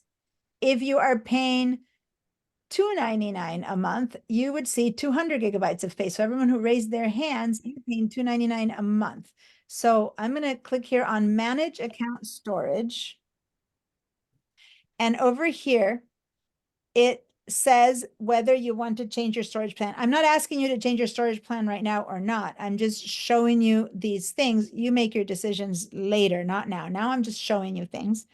And over here, it'll say iCloud Photos, and it'll give you a number of how many gigabytes your photos are taking up in the cloud. And my photos are taking up 5 gigabytes of those 50. And then my iCloud Drive, these other things I teach in my other classes take up other kinds of spaces, right? But my iCloud photos take up 5 gigabytes. If you're not putting your photos in the cloud, you might just have nothing there. It might even say the word off, or you might just not have the choice there. If you look up here at this manage storage account, which you will see it there, or you will see it even if you didn't go into this one, you'll see it there. So this is how you get back when you click manage storage account. Sorry.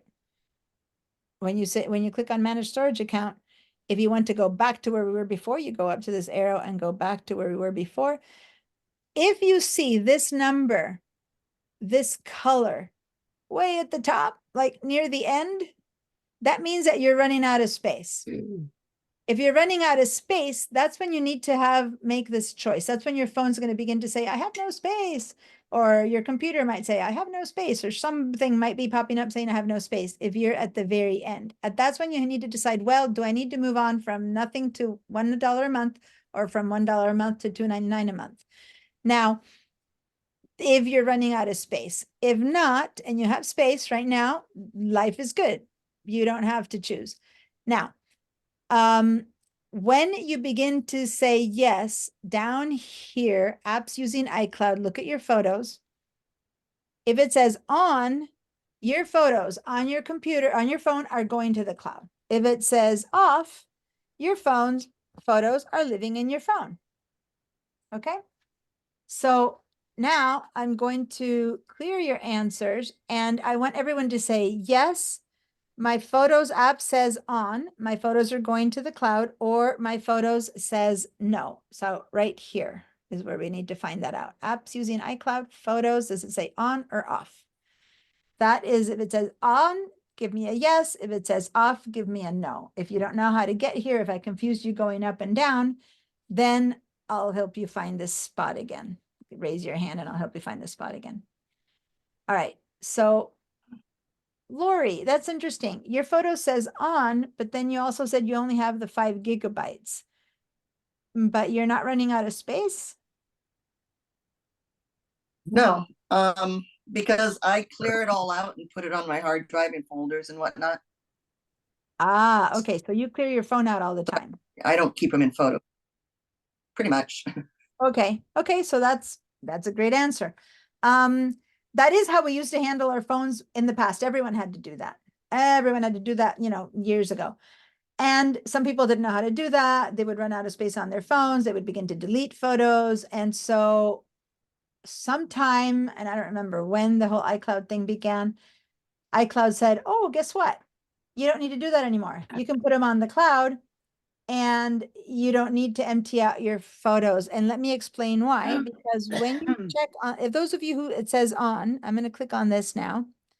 I have a choice here to say optimize iPhone storage. When your photos are going to the cloud, if you click on optimize iPhone storage, then all the photos that are in your phone stop taking up phone space. And so in the past, when we all had phones that were much smaller and the iCloud didn't exist, we would run out of space and we'd transfer all our photos and then we'd delete our photos from our computer and we'd keep going.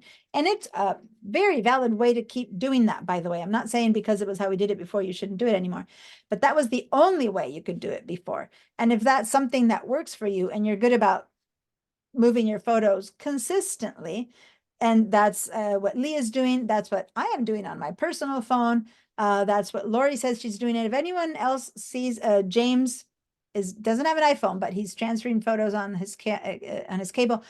If you are consistently doing that, then life is good.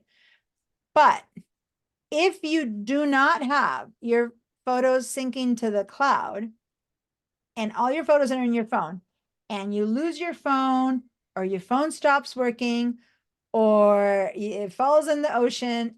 I'm saying that because my son's phone just was found in the waves, in the beach, in the ocean. Anyway, kids, then you lose all your photos. They're gone and lost forever. So say you're on a bike trip. Me, I go camping. My husband goes on a bike trip. If you're not sending your photos to the cloud and you have a 10-day camping trip, tons of photos, then my photo dies, gets lost, falls down a cliff.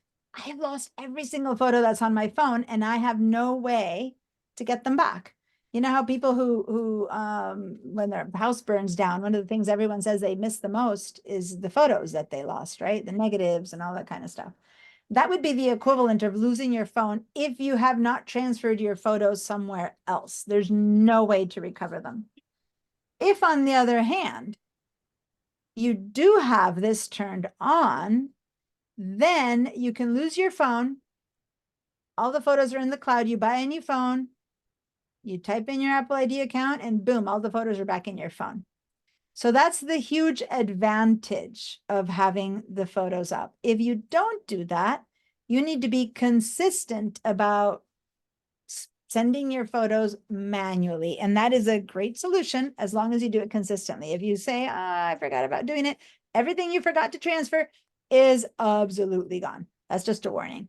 I'm seeing some hands, so I'm going to stop and answer some questions. Maybe you're not sure where we are on the phone or stuff like that. And then I'll continue. And any questions about this whole conversation, we'll keep having. So Yolanda. So I don't know if I'm on the right place, but what I saw in mine, oh, I lost it just a second.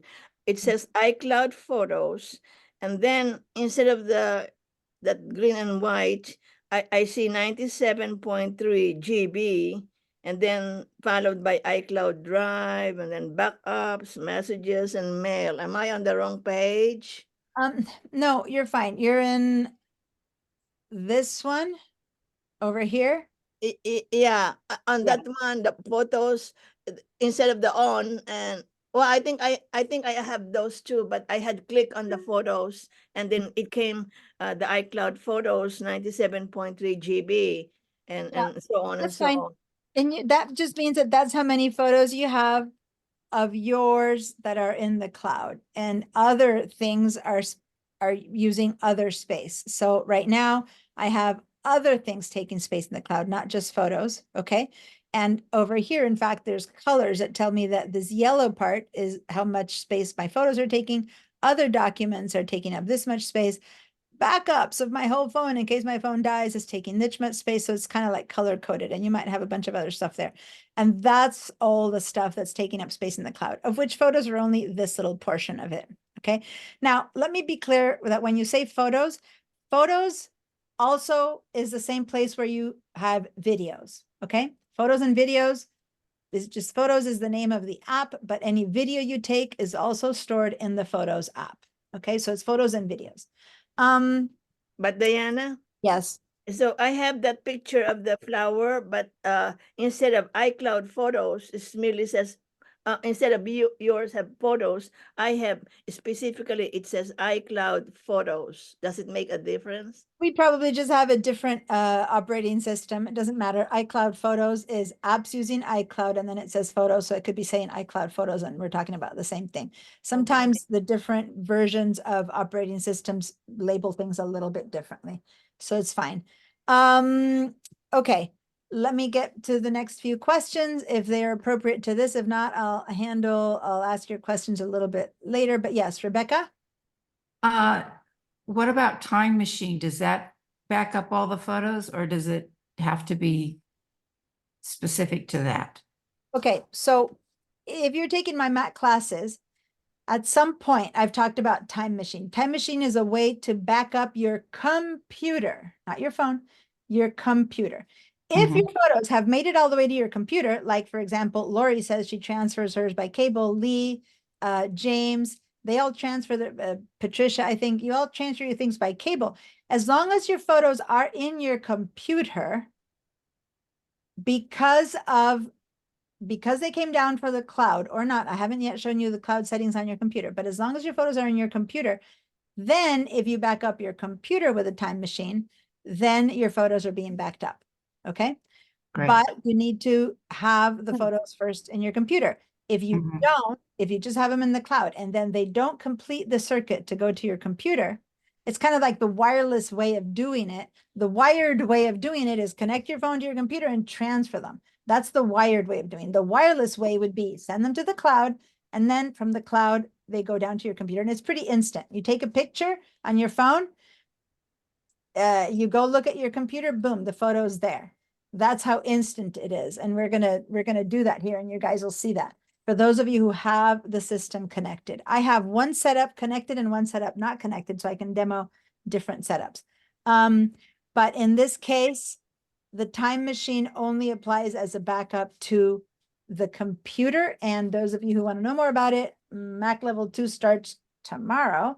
And we're going to be dealing with that conversation of backing up your computer and stuff like that. So if anyone's interested in that, let me know, because I can tell you how to sign up or how to take that class.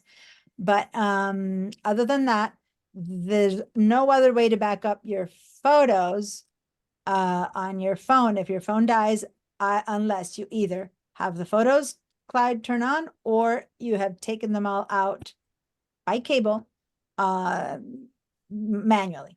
All right. Okay, Barbara. Well, I think you answered my question. Okay, I'll move on to Betsy then. Betsy? Betsy Elizabeth. I was muted. Okay, you might answer my question also. So I'm paying for the gigabytes and I want to be able to transfer to my laptop, which is not an Apple.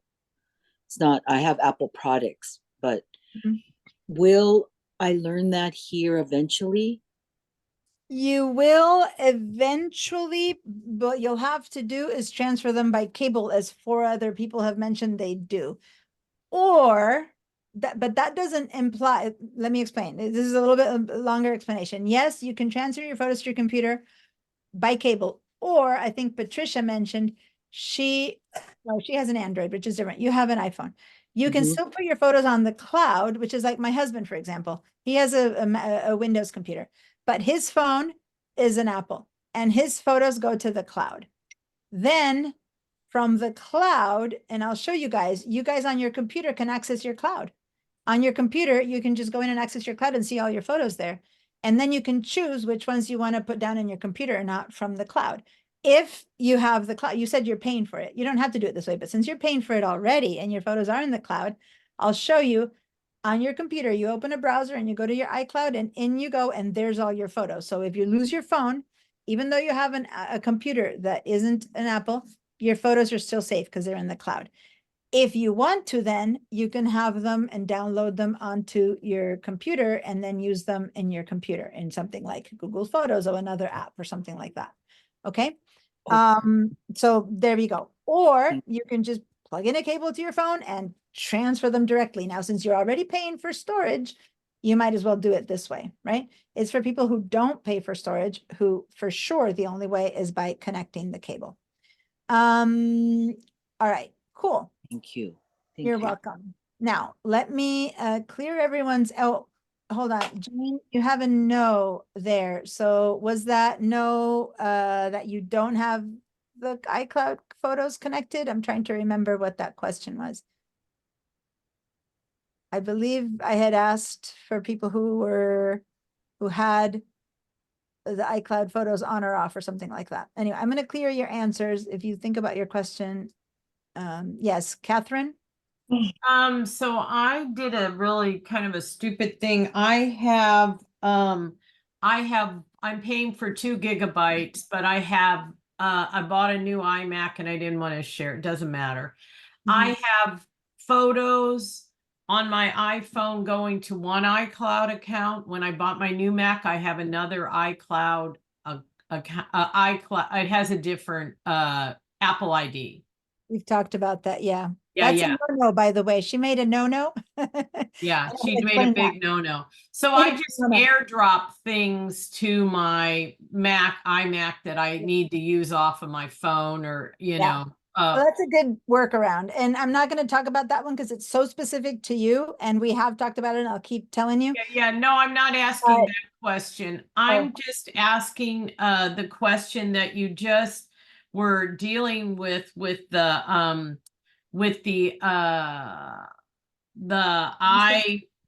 iCloud, yeah. the iPhone iCloud. Is it possible? It says I have 250 gigabytes in my photos and videos. I have lots of videos. Does that sound abnormally large? 200. Yeah, not if you have a lot of videos. So let me stop for a second. I want to backtrack for just a second to what she said that I'm not going to pay attention to. It's not that I'm not going to pay attention to. She has found a way to handle it because we've paid attention to it in other classes. Don't do what she did, which is have 2 Apple IDs. That's the only thing I want to highlight from that. Because if you have 2 Apple IDs, Apple considers you 2 different people, which means you cannot see the photos that someone else has.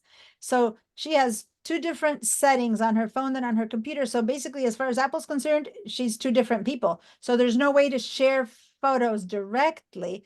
You have to do a whole workaround, which we've figured out and she's doing. There's also the possibility of sharing an album. We're going to talk about that. But for the most part, if you have an Apple ID that I showed you before, any other device you buy, you got to use the same Apple ID. Okay. Always use the same Apple ID. Now, just wanted to throw that out. As far as space, I'm sharing the screen because as you can see, I'm paying 99 cents per month, $12 a year to get 50 gigabytes of space, which seems to be a lot because I don't know if you noticed, but for this phone, I still have a lot of space left over. That said, this is my, this is where I went to change storage plan. This is my school phone where I don't have that many photos. On my real phone, I do have more than 50 gigabytes. I am paying more. Now, 200 gigabytes is $2.99 per month, more space for videos and photos, but you said you have 250 gigabytes, right? I mean, just now Catherine said she has 250 gigabytes of worth of photos and videos. And yes, if you take videos, it is very quick. It adds up very quickly. I'm going to talk a bit about that. But if you take videos, you guys, you should be doing just like short bursts of video and not 1 5-minute video. That 1 5-minute video will take up, thousands of gigabytes versus you'll take, 30 seconds of something, then you turn around to the other view. You're in the middle of, you're looking at the pyramids. You take a view of the pyramids, then you stop, then you turn around and take another one, keep it short. A lot of people just turn it on and then go for it. And you take, a whole 10-minute video and forget about it. You've got like half of your phone is full of one video. Each second of a video is equivalent to, maybe depending on your settings, to 70 photos each second. So 30 seconds, imagine 70 times 30, that's 30 seconds of a video, right? It's like 2,000 photos or something like that. So it's amazing how much space video takes. So that's just a warning, not to not take videos, but if you take videos, you definitely have to begin to pay more. For eons, the only choices were 50 gigabytes, 200 or 2 terabytes, 99 a month. And this is the one that that I have because all my family shares, in my personal, not on this phone, all my family uses the storage. And so individually it's cheaper because there's 4 of us to do this and have much more space. This is equivalent to 2,000 gigabytes, okay? So if I were to pay $3 times 4, that's $12 a month, I would only get 200 gigabytes. Instead, I pay $10 a month and I get 2,000 gigabytes, and my whole family shares from that. So that's the choice that we've made. But it is an investment. But we discovered that's the best way for all of us to be able to have everyone's photos, excess photos, not just photos, but a whole bunch of other stuff. So that was a choice you can decide to make or not. Some people on their individual phones end up having more than that amount of space, in which case then you need to jump to that, even if it's for yourself. These 2 are new. This that, that Yolanda said she had 6 gigabytes and I said, that's weird. It's because it's 6 terabytes. And then she clarified that. 6 terabytes is like 60,000 gigabytes. It's ridiculous amount.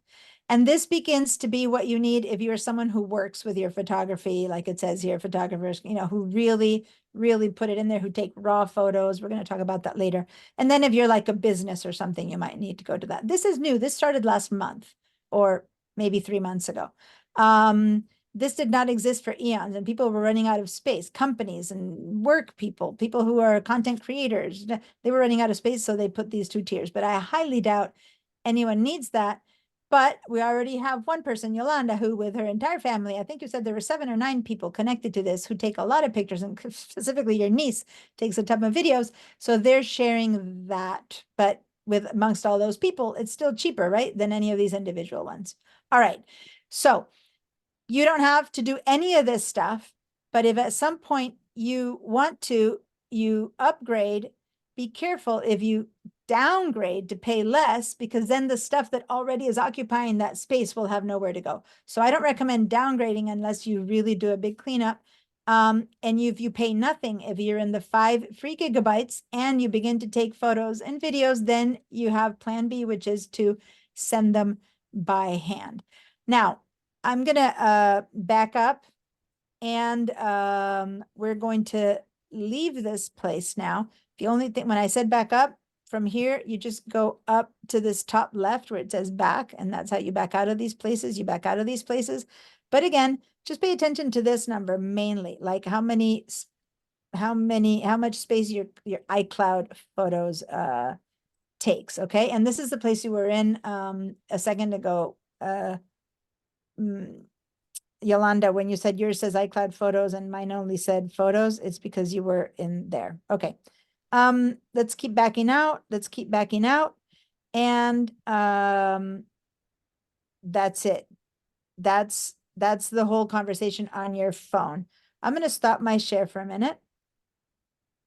Those of you who have iPads, it looks exactly like what I just showed. So if you go to your settings in your iPads and you have an iPad, if your iPad has the same Apple ID, which it should, then it's using that same amount of stuff. And most people don't take photos with their iPads anymore, even though you can, although I've seen people at the Grand Canyon with their big old iPad taking pictures.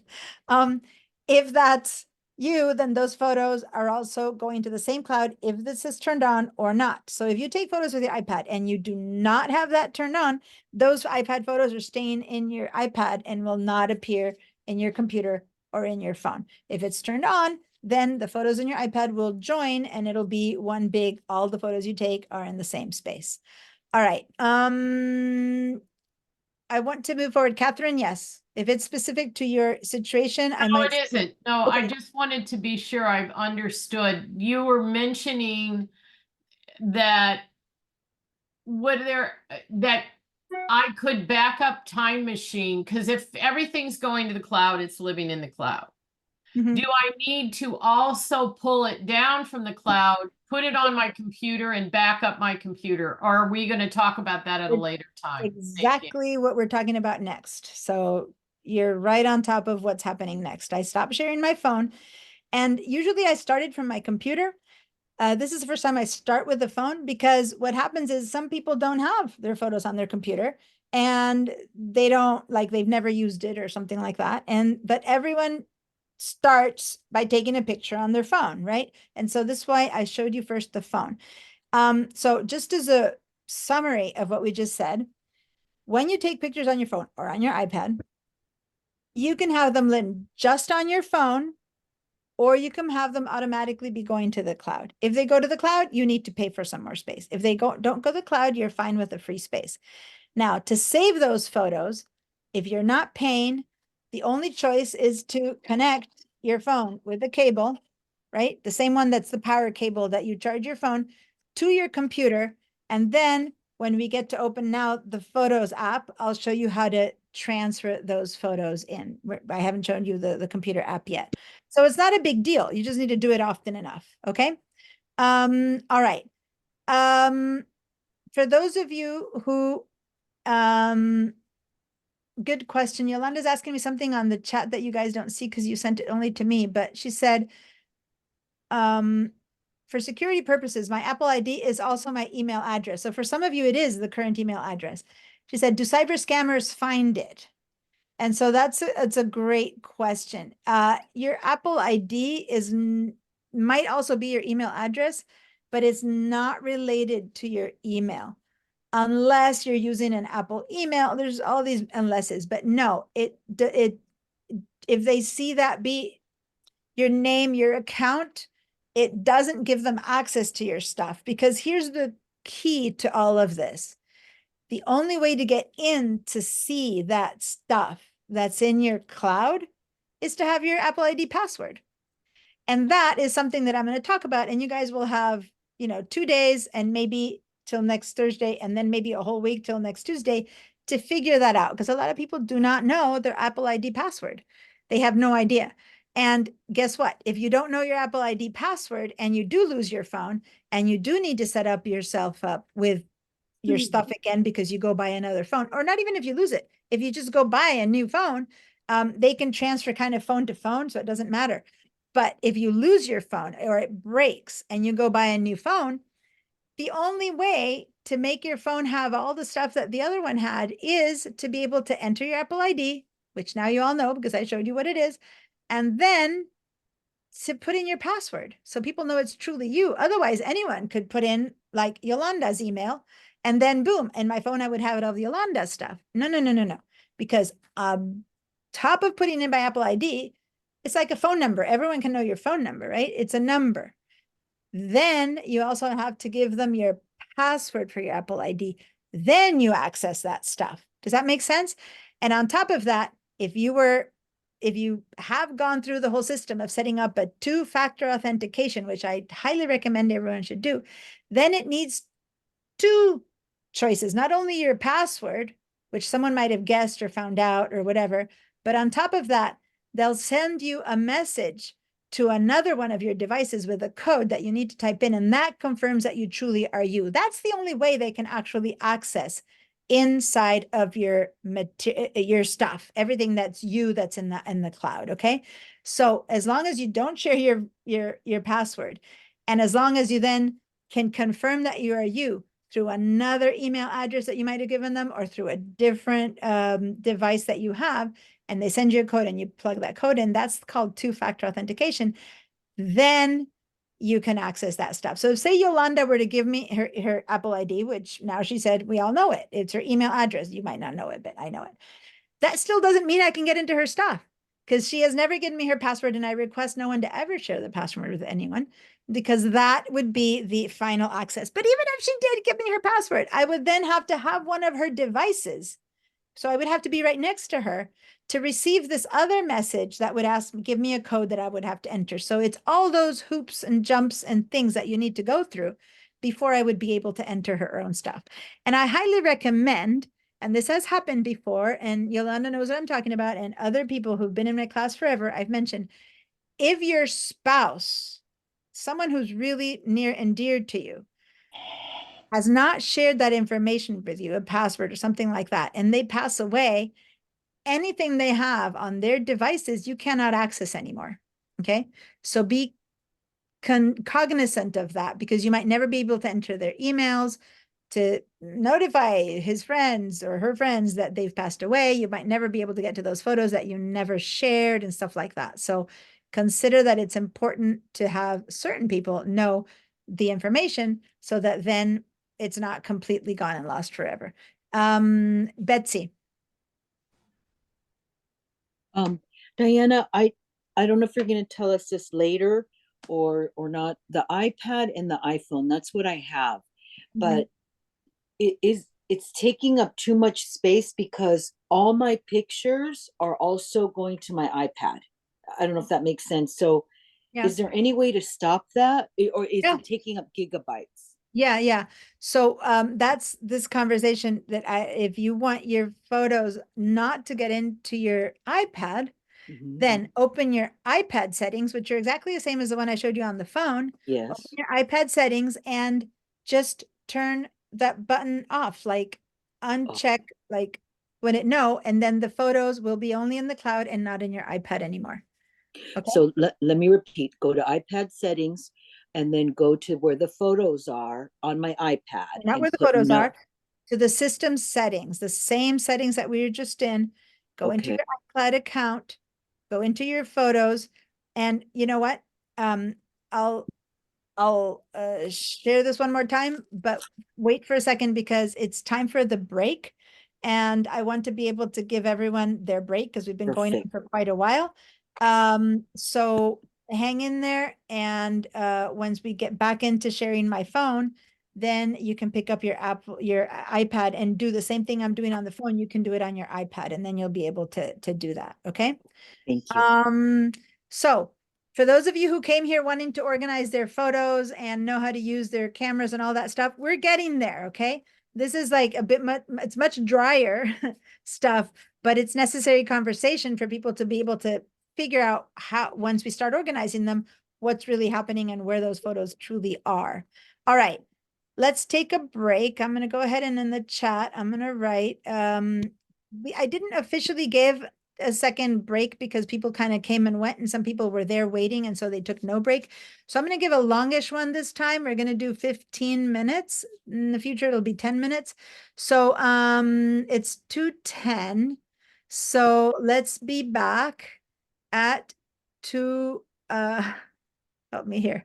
2:25 would be 15 minutes. Yep. That works. Be back at 2:25 p.m. There it is. It's in the chat. Put yourself a timer or something so that you truly are here in 15 minutes so we can just kind of jump on it and keep going, okay? So break until 2:25. See you guys. And you don't need to disconnect or anything. You just need to hang in there. I'm gonna stop everyone's sound so that no one hears each other.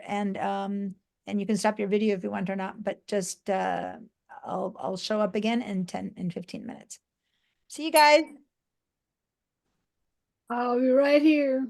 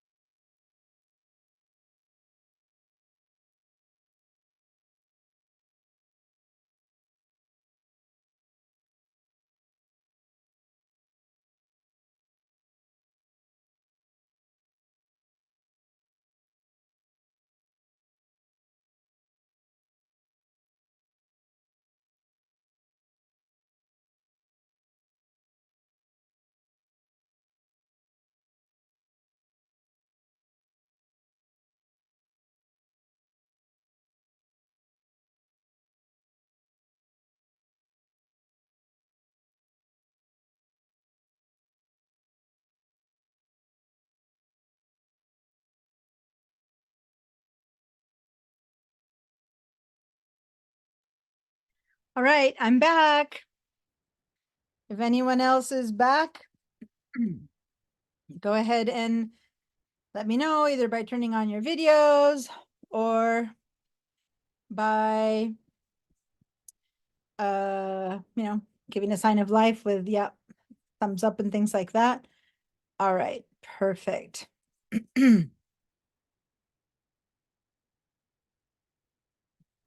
Okay, I'm seeing those of you who left your videos on, I'm seeing empty chairs, but that's fine. I'll start talking. When I teach the Mac class, I teach people on the phones to use Siri. And so what I do, if you guys know how to use Siri, is the moment I say, okay, it's time for break, I'll just say, and it's going to answer, I'll say, hey, Siri, give me, set timer for 8 minutes. And if it's a 10-minute break in 8 minutes, it rings. And then wherever I am, I know I have 2 minutes to make it all the way back and close up and finish up. Minutes starting now. There it is, Siri asking. But I don't want that one set up. So anyway, it's a good way to know how to not have to think, to just enjoy and then know that you can make it back in time. All right. So normally, I'm going to wait until everyone's back, but I want to make a vote. Depending on how long the class is, I can give you 2 short breaks or 1 longer break. And I'm going to ask you to vote. So start thinking about it so that later we can decide. This time I gave a kind of break at the beginning. People who didn't take that break have been here forever. And then I gave this 1 break because of the staggered stuff. But as of Wednesday, you guys, everyone starts at the same time. As of Thursday, everyone starts at exactly at the same time at 12. So no more staggering in. By the way, hi, Linda. Thanks for joining us. Good thing you got the email. I did. I checked it 1 minute before I got it, and then I didn't see it for another hour. Sorry. Oh, no, that's fine. That's fine. So Linda joined us yesterday and she didn't have the email, and I sent it to her right when class was starting. 1 minute before. 1 minute before class started, I was emailing her the link. All right. Anyone there's other people who signed up on paper yesterday, and if they didn't tell me, then the paper sign up takes forever. So hopefully they'll come in. All right. Back to I'm looking at your chats. There's questions that I want to make sure that I've gotten to all of them. I would like to settings on the dock, Apple support, mostly phone. Going on. Can one have photos on iCloud and videos on a separate hard drive? Betsy Kramer. Yeah, photos in the iCloud and videos on a separate hard drive. What I'm saying is photos and videos both will go to the cloud if they're taken in your phone.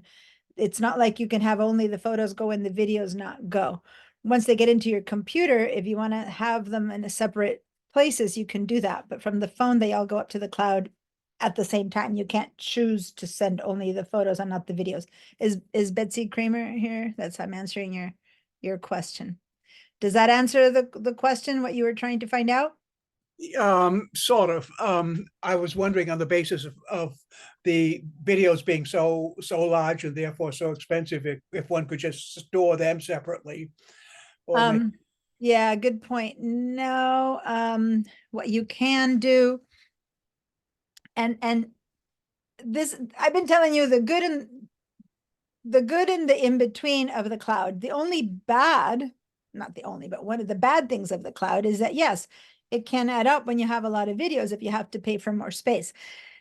And the bad about the cloud is that once you have this cloud turned on, all your devices act as one. So if you delete the video in the phone, it'll delete from the cloud and delete from your computer.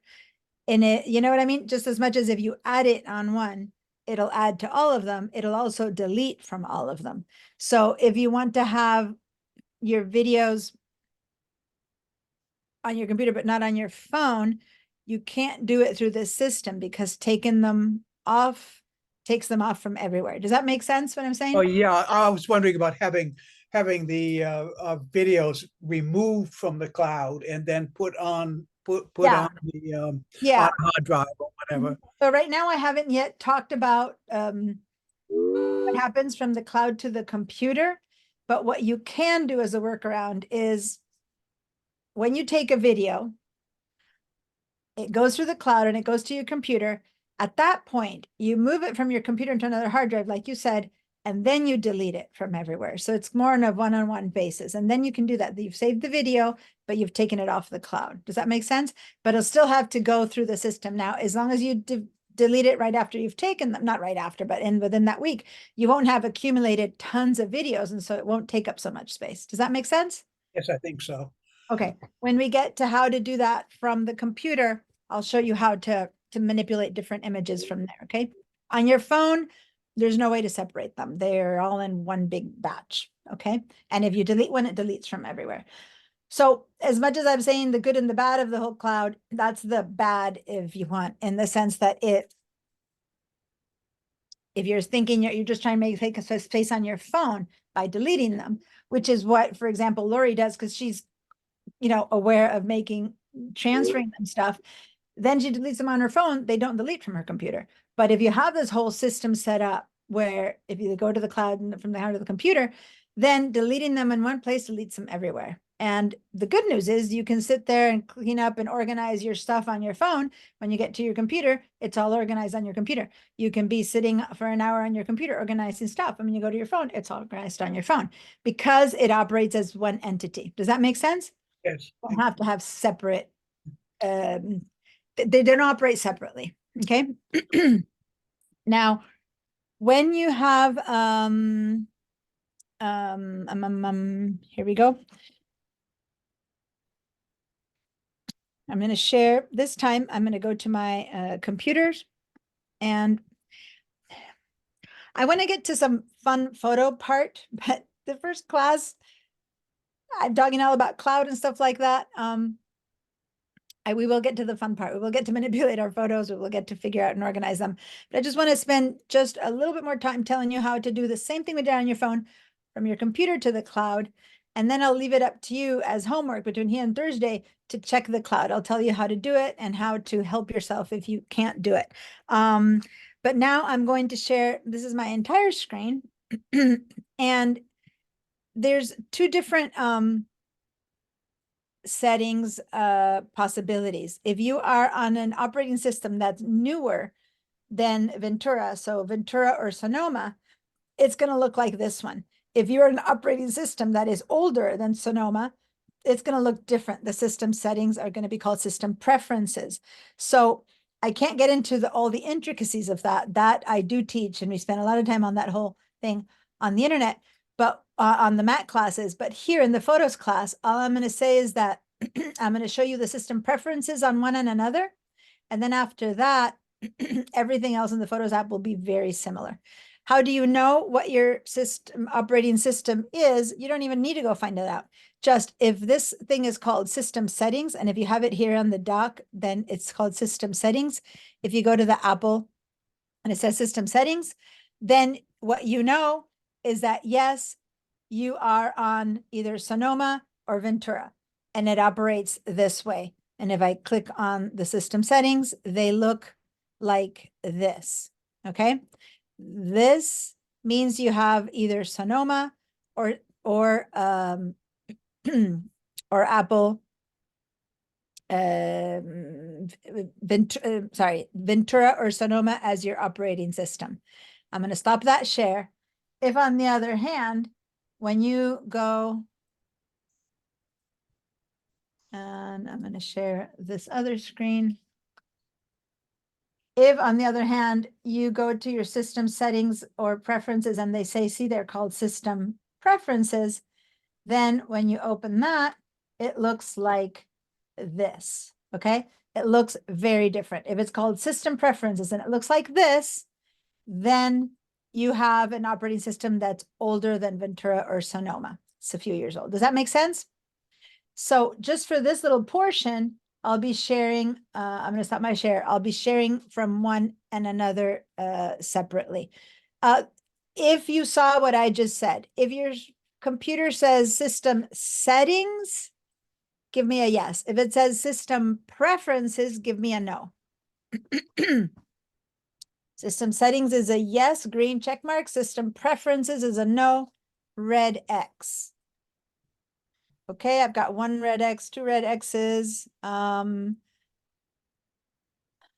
not getting some answers. Some people are still not there again. Jan, you're not there.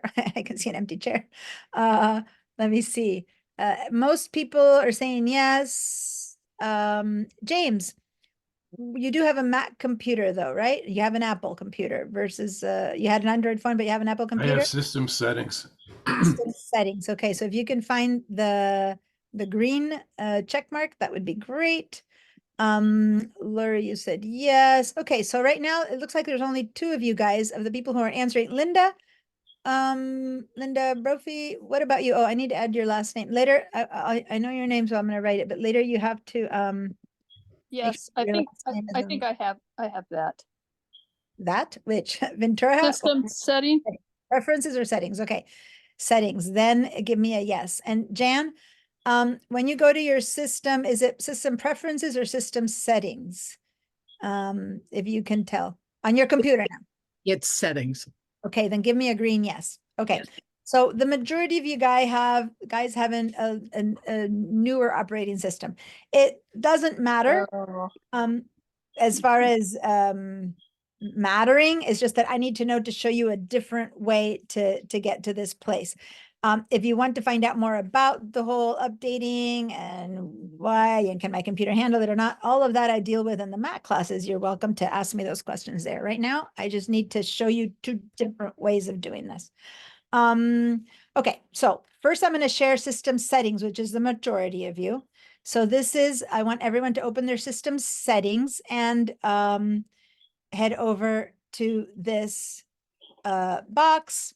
I'm going to clear your guys' answers. Okay. And in the system settings, I kind of quickly went over the fact that these are all computer settings, but to get to the cloud, which is what we're talking about, you need to go up here and click on the name, your name that's appearing here. And when your name appears here, then over here you see your Apple ID. Hopefully, we just saw our Apple ID on your phone, and now you're seeing your Apple ID on your computer. And hopefully for all of you, it's exactly the same one. If you have different ones, which is Catherine, I already know about, is anyone else here have 2 different Apple IDs? Because then most of what I say will have to be applied differently. Does anyone else have the situation where you have a different Apple ID on your phone than on your computer? You're welcome to later let me, oh, Marta. Okay, so Marta, is that a no because no, yours aren't different, or that's a no because yes, you have different ones? I can't hear you. I'm going to ask you to unmute yourself if you want. No, I'm good. You're good. You're Okay. good. Okay. So both of them. Okay, got it. Perfect. Mute you again. The 2 options give me. Okay, good. There we go. All right. So then let's head into the cloud area, okay, of the system settings. So I'm going to click on first your name and then click on the word cloud. And here you're seeing exactly the same thing we saw on our phone. And this is the advantage of Ventura and Sonoma operating systems. The settings look the same as on the phone or on the iPad. So was it Marta, someone here was saying that on their, was it Marta? Did you say that on your iPad, you don't want the photos, but yes, on your phone? Was it you, Marta, or who said that? Right before the break began that I said, I'll answer that later. It wasn't you, Marta. Someone said, I have an iPad, but my iPad is getting too full. I don't want the photos. No, it wasn't me. It wasn't you? Oh. Someone asked me and I said, I'll get back to you afterwards on that. Okay, well, if that's you, let me know, because otherwise I was going to demo that here. All right. So here's what's on my iCloud from my computer's point of view. And again, app using iClouds, it's the photo storage is on. I want to point out that now there's something new on this, which is optimized max storage. That was not on my phone because the phone is a different device. On your Mac, it says the word optimize max storage. If your cloud is turned on and you are sending things, not just photos, but everything else is on. Like if your photos is off, that you're just basically saying, see, I send everything else on to the cloud, but not my photos. That's the way to save from having to pay. By the way, I don't want anyone to change an on to an off right now. I beg you, because I beg you not to do that, because that is a major change. Oh, like it's a major difference, and you don't want to do that without first running it through me, because what's going to happen is your photos are going to stay on the cloud and not on your device, which is the opposite of what you were hoping for. But if it's off and you turn it on, that's easy. You just turn it on and then the photos begin to transfer to the cloud. If you turn it on, the only thing might be that you might need to make sure that you are paying $1 a month. But if it's on and you turn it off, that can be a big hassle. Don't do that unless you warn me, and I'll walk you through that. Okay. Okay. Now what's happening here is that optimized max storage is equivalent to what I just showed you on the phone. The contents of the iCloud drive, which is this thing, which is not the photos, but it happens to the photos too, will be stored on this Mac if you have enough space. Otherwise, older documents will be stored only when space is needed. So what it's saying is anything you don't have space on your computer for will sit up in the cloud. That's the iCloud drive, which, as you might notice, is a different thing than the photos. But when I click on photos, which is what I'm going to do right now, the only choice I have, since it's already syncing, is this constant sync this Mac. That's all it says, right? If you're not syncing, if you clicked on this and it says off, it'll give you a bunch of choices of how to actually set up and how to set up the connection to sync to the cloud. And in those choices, you will see the whole optimize the photos and whatnot if you want to switch to on. If that's any of you guys who want to do that right now, let me know. Otherwise, everyone stay with the settings that you have. Anyway, the thing is, I'm going to just briefly touch upon the rest of the cloud. For those of you who have the photos off, apps using iCloud on your computer, and this is something, again, I go deeply into in the Mac classes, but I just want to show you really quickly that I'm going to say show more apps. I'm going to click on that. These are all the apps that use the cloud right now. And as you can see, even if your photos are off, I would always recommend that the rest of this be on. Because this is what's going to save you the fact, again, that if your computer dies or something happens to it, or any information that's in your computer is being saved on the cloud, it saves you from losing it, because when you get another computer and you put in your Apple ID, your computer gets filled up again with everything that you had. Now, the exception that you need to do is photos. It's the only one that doesn't automatically apply, because that's where, believe it or not, everything else you have in your computer is much smaller than even your photos. So the photos is a choice you need to consciously make, yes or no. The rest, ideally, leave them all on. If you want to know more about what and why and how much, that's my Mac class. But this is mainly for the people who don't have your photos on, who might think that you're saving some space or something by not having the rest on. For the details of that, I'll get into it later, but definitely keep them. I would recommend to keep them on. It won't take more than your 5 free gigabytes. And okay, all right. So this is, if this is on right now, if your photos are on, that means that it doesn't connect to your phone. This computer's photos are connecting to the cloud. That's all it means. This connects to the cloud. But if this is on in your computer and this is on your phone, then both your computer and your phone are connecting to the cloud. Does that make sense? Which means by default that the circuit has been closed, and thus any photo that you take on your phone suddenly, mysteriously, magically, it gets pushed. You don't have to sync. Syncing is the manual connection. It just gets pushed to your computer. If that's the case, and this is on, then you should have answered yes. When I take a picture, my photos that I take on my phone appear on my computer automatically. If you do have this on and on your phone is on and the photos aren't appearing on your computer automatically, then there might be some other issue happening. And if so, when we go into the photos, you need to let me know. All right. So remember, this device connects to the cloud. The other device connects to the cloud. Devices don't connect to each other, okay?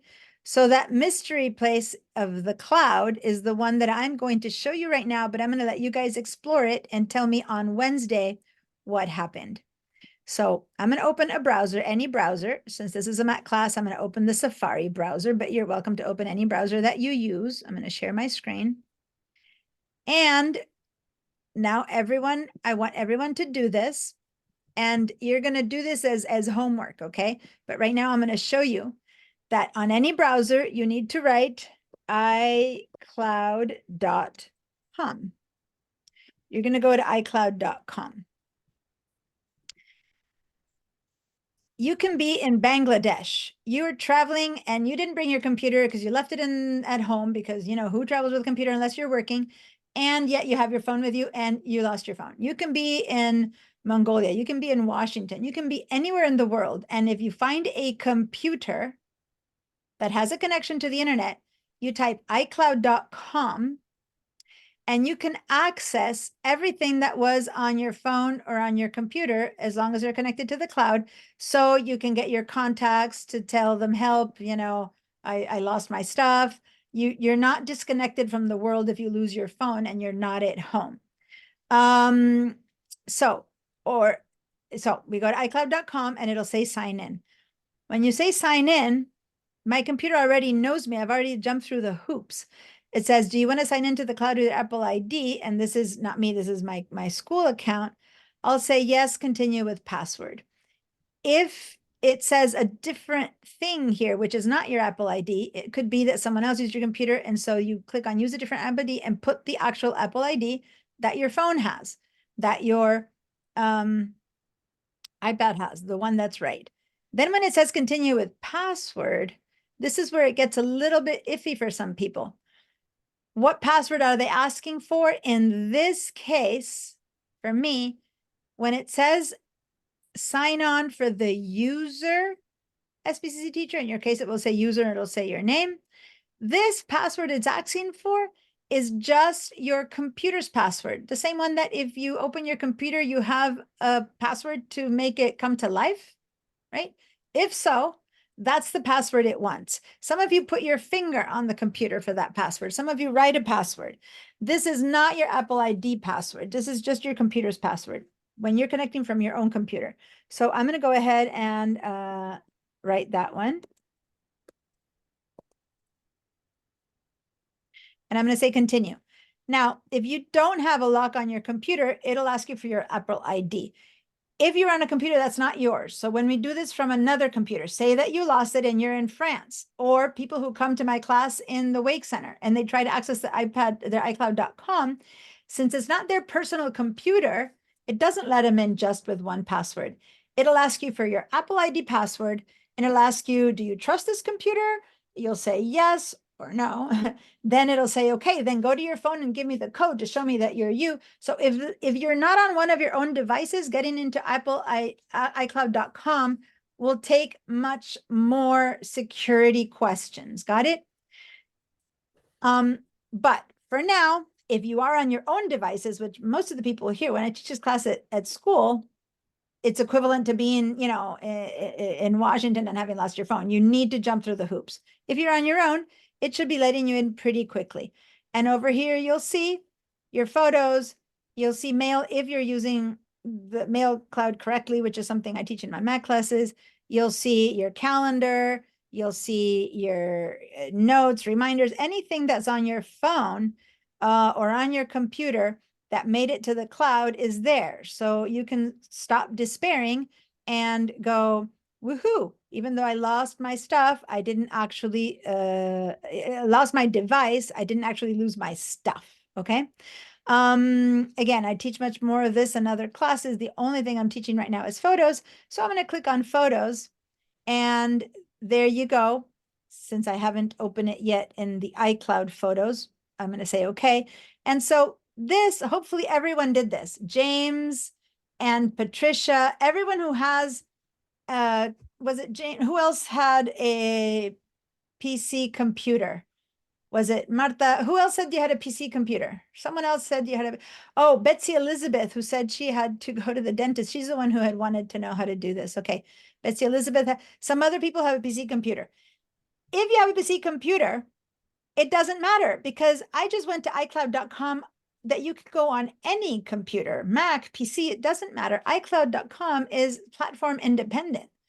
You go in here and next thing you know, here are all your photos that were on your phone or on your computer. So even if you lose, say worst case scenario, Santa Barbara, mud flow, flood, fire, destroys your house and you left all your devices in your house and you ran away with your life, guess what? It's all in the cloud. Yes, you probably have the many other horrible things happen to you, but yes, you didn't lose your contact numbers of all your friends, all your family, your photos, your everything. So that's the big benefit of the cloud. It's the negative is, yeah, you probably have to start paying like $12 a year is the typical number. So everything that's here is what went from my phone to the cloud or from my computer to the cloud. Okay. Now, people were saying, I don't know if all my photos are there. If you notice that if I click on the word library down here, it says 615 photos and 27 videos. This is a sample library. I just put some photos in here to teach. This isn't, normally I have the bazillions of photos in my library and my real photos. So everyone, if you look at this number, then on the phone, I'll show you how to find that same number, and that'll be your way to assure yourself whether you do have everything on your phone that's on your computer. Does that make sense? So this was the same for Donna, who said she had an older operating system, and Jane, who said you had an operating system. When you go to iCloud.com, we're all in the same space. It doesn't matter. It's all there if you have connected your stuff to the cloud. If you haven't, when you go to the iCloud, it'll show you hopefully everything else. If you had all the other things on, you'll still get your calendar, your mail, all the other stuff if the thing was on the other choices, but it will not show you your photos. And that's when your photos have to be transferred by hand. We're not going to be using this to go into our Photos app. It works a little bit differently than the app at home. But for those of you who have a PC, Patricia, no, who has a PC computer at this point? I have two people who have Androids, but I think there was one person who had a PC. Maybe it's the Betsy who left. This is how my husband, who has a PC, accesses his photos from his phone. He comes up here, and if there's any of these that he wants, he just downloads them into his PC computer. Okay, so that's the way to do it. Now, Patricia has a different workaround. She's putting them up in Google Photos, and then she's putting them on her computer, and then you're operating it within your computer. So there's different ways to do it, but this is the easiest way. I'll say, yes, I want this photo on my computer. You'll select it, and you'll just download it, which you can do. See this little apple that has a little download icon. You'll select the photo you want. You'll click on that, and it downloads into your computer. So you can just select a bunch at a time, and I'm not going to show you right now exactly how you can, all the last photos that you did, download them all, and there it is. From your phone to the cloud and from the cloud to your computer, it takes mere seconds. Okay? I'm not sure that there's anyone left other than Elizabeth, but if you have a PC, that's the easiest way to transfer your stuff. If you have the iCloud turned on. If you don't, then still you need to connect with a cable. So I'm just giving you all the different options. All right. Now, this here is similar to the iCloud Photos app that we have on our computer, but not near enough. So the only reason I'm showing this to you is so that you're aware. Look at your last photos and see where these last photos I took. And if they are, then open your phone. Okay, so now I'm going to open my phone. I'm going to look at this, and I have like a little photo of some kids, an old photo, and I have some pottery. Okay, my husband's a potter and gorgeous stuff. And then this is a trip. So this is all the last stuff that's on my phone. Let me check if that's true. I'm going to share my phone now with you guys. So everyone pick up your phone. And I'm going to go to my Photos app on my phone. And again, if your Photos app, this is an icon that looks like a flower. If it's not available or you don't see it, just go to search and type PHO. You know, the moment you do that, the phone knows that you want that. Then you click on Photos. Where do you go? So on your phone, you need to find the Photos app. Okay. A lot of people get to the photos through their camera. I've seen that again and again. But yeah, no, the camera and kind of sideways takes you into the photos, but there's an app called Photos, which is the app that has that we're going to find the albums and everything, organization, and everything's going to be in there. So we're going to click on that icon. And here it is. My last photos are, remember, a photo of my kids, an old photo, and then a lot of pottery. This that's on my phone is exactly the same that I just showed you. And I'm going to share again the iCloud. This is my iCloud. It's exactly the same photos from the end to the top. And did you notice, and now I'm going to go back, I don't want to get you dizzy, but to my iPhone, that I am seeing at the bottom of my photos, I'm seeing the number 650 photos, 27 videos. Now, on your phone, you could be seeing things like this. You could be seeing things like this. You could be seeing weird things. So to see what I'm trying to show you, you have to click on this little icon down here that says library. Click on library. And once you've clicked on library, you need to be on all photos. So click on library and all photos. And if you do that, you will be seeing every single one of your photos that you have from the beginning to the end without any organization or anything, just by date, right? So if you have, albums with just your pottery, albums with just your trips, that's different. But in this view, you're seeing all photos, library, all photos. This is solely in order of date of the photo. Okay. If everyone has been able to see their Photos app this way on their computer and on the cloud, give me a yes. If one of these two things isn't working for you, you didn't figure it out, it isn't working, then give me a no and I'll help you. So if your phone, in your phone app, okay, you open your Photos app. If you were in any other choice, you went to library and then all photos, you should be seeing the end of your photo roll, the latest photos you took. And right under that, you will say how many photos and videos you have. If you push up, sometimes it's hiding a little bit, you push it up, that will tell you how many photos and videos you have. And it should be ideally the same as in the cloud, which later, now we're going to go open the one on the computer and it should be the same number if you have the whole cloud thing going. If not, maybe Lori, Lee, who else? James, people who don't have the automatic thing, then you probably will have only however many photos are still in your phone that you left there. Okay. And it will not be the same as what you see on the cloud. On the cloud, you probably don't see any photos. If what I'm saying is true and that's how it's working and everyone sees it and it's confirming it, give me a yes. If you're stuck in any of these points, give me a no or raise your hands. I want yeses from everyone before I move forward. Okay, so Michelle, I'm not hearing from you right now. Patricia, I know you have the system differently, but did you go into the cloud? Do you have your stuff going into the cloud or not? No, not yet, but I'm going to just the documents, not the photos. Just the documents, but not the photos. Yeah. Okay, good. All right. Other than Lee, who is not there. Diane?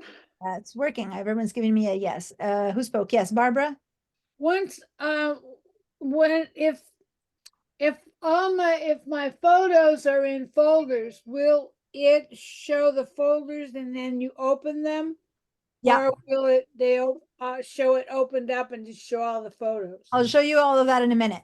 That's all the organization. You already have some organization. Yes, any organization you do on your phone and folders shows up in your computer. Anything you do in your computer shows up on your phone. So yes, it all stays with the same thing. In fact, it also stays in the cloud. So even and now I'm going to share my cloud again. If you have any folders, like you call it, and organized stuff, it would be under my albums. Okay. But right now, I'm not going to deal with the cloud anymore. This was mainly for you guys to know whether your stuff is there or not. I'm going to stop sharing. If you're on a computer that's not yours, you should sign out of the cloud so they can't access your stuff. So go to this little guy over there and say sign out. That's if you're in a computer that's not yours. If you're in yours, that's okay. It stays signed in for I don't know how many minutes, and once it notices you're not doing anything for itself, it signs you out automatically. Oh, Lee, hi, you're back. Good. I'm going to stop sharing. All right. So now comes the moment of truth. let's open our Photos app on our computer. I'm going to clear your answers and Should we close everyone, out of the cloud first? what's up? Should we You- close out of the cloud? You can close or not out. I'm going to keep it open in case I need to, for some reason, show it again, but you're welcome to close it Okay. or not. I don't work off of the stuff in my iCloud ever, except for if, for example, when I go to Argentina, I use a different phone there because I use a system. I use an Android that my mom has ready for me, and I leave my phone in my suitcase or whatever, my iPhone. So if I want to reach anything that's on my phone when I'm not available, I'll just go to the cloud and there it is, right? If I'm trying to show them photos of my kids to my friends and I'm out with them, I'll just go to the cloud on my phone. I can even go to the Android. I can go and open up Google Chrome, go iCloud.com. My photos appear, and on my Android, because I access the cloud from a browser on my phone, I can show the photos of my kids. Does that make sense? So it's just in the internet, period. Other than that, I don't use the cloud. It's just there for me to know that if something ever happens to my stuff, they're there. All right. My husband, on the other hand, he doesn't have an Apple, so he does use the iCloud because he goes in there and downloads the stuff he wants to have on his Windows computer. All right. Now, let me share my screen. And this is my entire desktop. Oh, I'm sorry. Let me stop for a second. I forgot that Donna and Jane did not have the system settings. You had system preferences. I need to show really quickly. I'm going to stop that share and really quickly show you what it looks like if you have the older system preferences, which look like this. So this is Donna and Jane. Anyone else have system preferences? I know someone just joined us. Was it who just popped in? Lee, I think you have a newer version. Someone else just popped in. Oh, Linda, I think you have an older version. Okay. So Donna, does this work? This is what your system preferences look like? And Jane? Okay. You're muted, but I saw your mouth move in the shape of maybe yes. Okay. All right.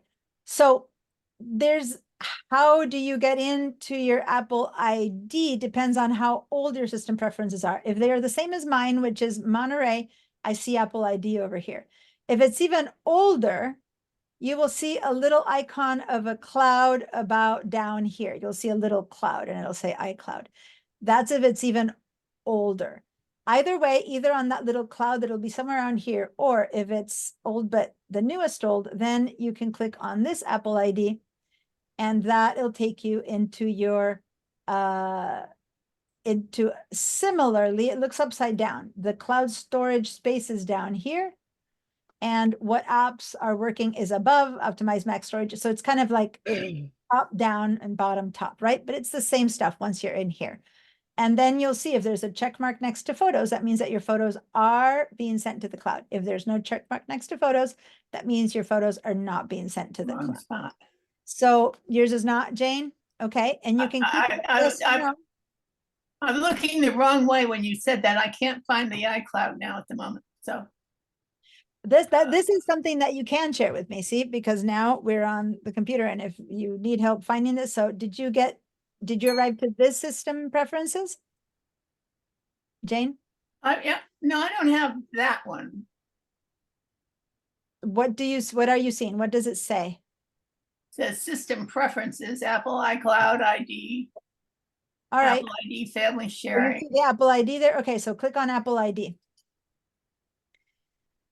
You should be seeing something that when you first go, it'll probably say overview or something like that. Then over here on the left side, click I've on got it on the left here. Overview. You want that? I don't see you, but iCloud. Wait a minute, I found iCloud. Yeah, I've got iCloud Drive. Okay. Okay, they're not going to the cloud. And then in here is where you will see the cloud. So Donna, are you here? And Jane said, I think your photos are not in the cloud. How about you, Donna? Is this on? No, I've got photos. Just a minute. I've got photos. Yours is on. How about you, Donna? Yes, I'm fine. Fine. So anyone else have this system? Okay. Again, it's not right or wrong to have it on or not, but if you have it on, then that means that your stuff is in the cloud and you should have seen your stuff in the cloud when you went to iCloud.com. I just wanted to show how different the system preferences looks. Okay, good. So now back to opening apps on our computer. Oh, Catherine, you have a question about advanced data protection. That has nothing to do with this class. Ask me in the Mac classes. Okay. Sorry, I have to be pretty clear on what I do and not answer because there's just, the subject of how to deal with your Mac is so vast that sometimes I can quickly answer one thing over another, but other times when it's vast like security, I'll address them in the other computer. Okay. All right, so here's my entire computer screen. Some of you have never gone to your Photos app on your school, on your on your computer, and others have.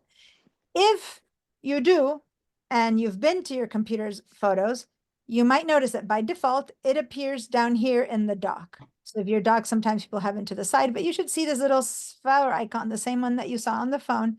If so, click on that and your photos will appear. If you don't see it here on your dock anywhere, then you need to search for it. You can go to the very, very top of your computer. So look at where your Apple is and go all the way to the end of that menu bar.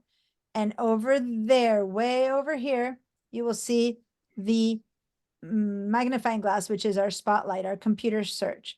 Click on that and then write the word photos. And it'll say photos open. Yep. And just, you can hit your return or you can double click in here and the Photos app will open. Now I'm going to reshare my screen so that I can share only my Photos app so that it's easier for you guys to see me on half of your screen. So this is now my Photos app that's open on my computer. And if I go to the very, very bottom of it, if I'm in library, and in all photos, and we're going to talk about that in a minute, I should be seeing exactly the same thing. You recognize how this is exactly the same thing? Couple of old photos, pottery, 615 photos, 27 videos. It's exactly the same thing. It's all operating as one. If what you see here is different, it just means that you're not connecting to your phone. That's all, but the app works just as well, and it's a very powerful app, and we're going to do a whole bunch of organization with it or with our phone. All right. If everyone has found their Photos app, has been able to open it, please give me a yes. And I'm going to, it might look different than mine. So I'm going to have us choose all our settings to make it look different than mine, to make it look the same as mine. I'm sorry. I'm going to go ahead and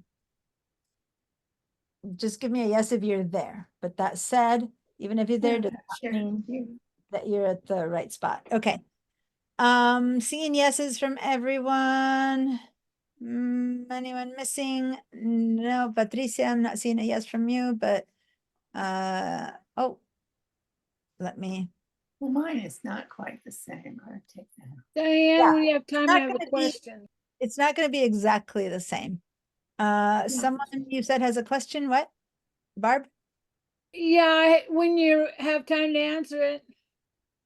If it's about, just throw the question and I'll tell you about Okay, it more when later. if I go to the iCloud, can I make a copy of a photograph and then download it or bring it down from the cloud? Like if I'm in Tennessee at my daughter's, I could go to the iCloud. Got it.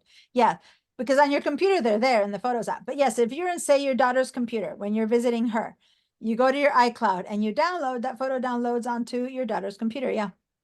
Well, does it come off the iCloud No. or just a Oh, I copy? see what you mean. No, download does not mean it comes off. It just puts it in your computer, but it stays in the cloud. It's not the same as Thank erasing you. it. Yeah, I now understand what you're saying. No, downloading it just means you're adding it to the computer you're in, but it also stays up there. Erasing would be erasing it from everywhere. Or Right. deleting. But no, download does not imply getting rid of it. Good, great question. Thank you. Sometimes I need to have questions to see things that I don't even think of explaining. And that's one of them. Okay. So now if you're looking at the window this way, it might look different than mine. So let me have everyone look at the windows in the exact same way. First of all, some people don't see this whole sidebar. A lot of people don't see this whole sidebar. And you might have seen that I did that, I believe, with Martha or something. If your window is smaller and I'm pushing it, left, I stop seeing that sidebar. It just disappears. There's not enough space for sidebar and photos. You might be seeing one photo, you might be seeing many, but you don't see that gray sidebar. We need to see that gray sidebar. So in order to see that gray sidebar, grab the edge of your app and click and drag it open to make it a little bit wider. And then at some point, boom, the sidebar appears. Okay, so that's crucial. If I'm going to clean your answers, if someone doesn't have the sidebar and it still doesn't work after you make it bigger, let me know. Nope. Yes, no, maybe. Okay, all good.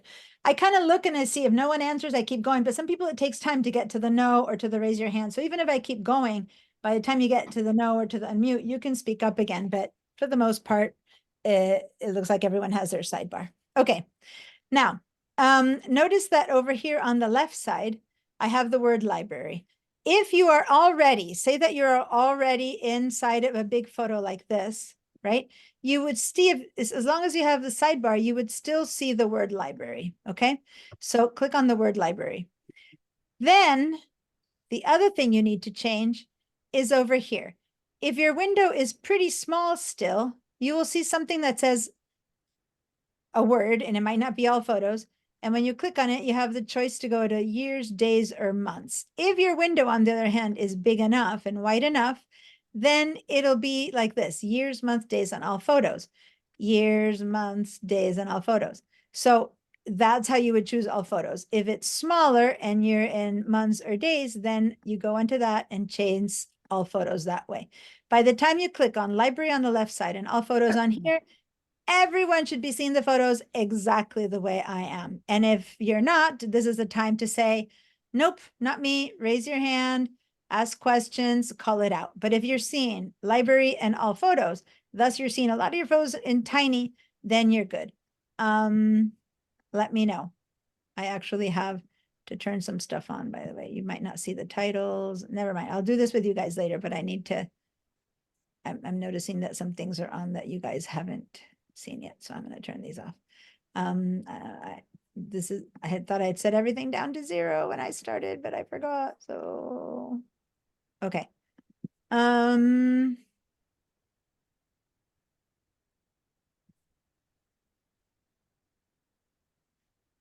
Catherine, your hand's up. Yes. Yeah, I'm having trouble now. I did something where I clicked on that encrypted, and now when I try to do my split screen, it's not giving me any window access. It's weird. Yeah, if you encrypted your, yeah. I don't think I did, but maybe I screwed something up. I can just do it from my iPad and get on my photos. Yeah, because I don't know midway what happened. Yeah. Okay. I think think I did. So I'll put my computer to sleep and start again. Thank you. You're welcome. Yeah, because I don't know you were talking about. No, that's fine. All right. I'll just, thank you. Okay. All right. So it looks like everyone else, Jackie, yes. I can't hear you. Okay, can you hear me now? Yes, I can. I'm having the same problem. I don't know what I did, but I can see your screen or I can see my screen, but I can't see them both at the same time. Well, are you seeing them both full screen? Or are you seeing me full screen now with my share? No, well, I mean, I can, but I moved it around, so I'm only seeing half.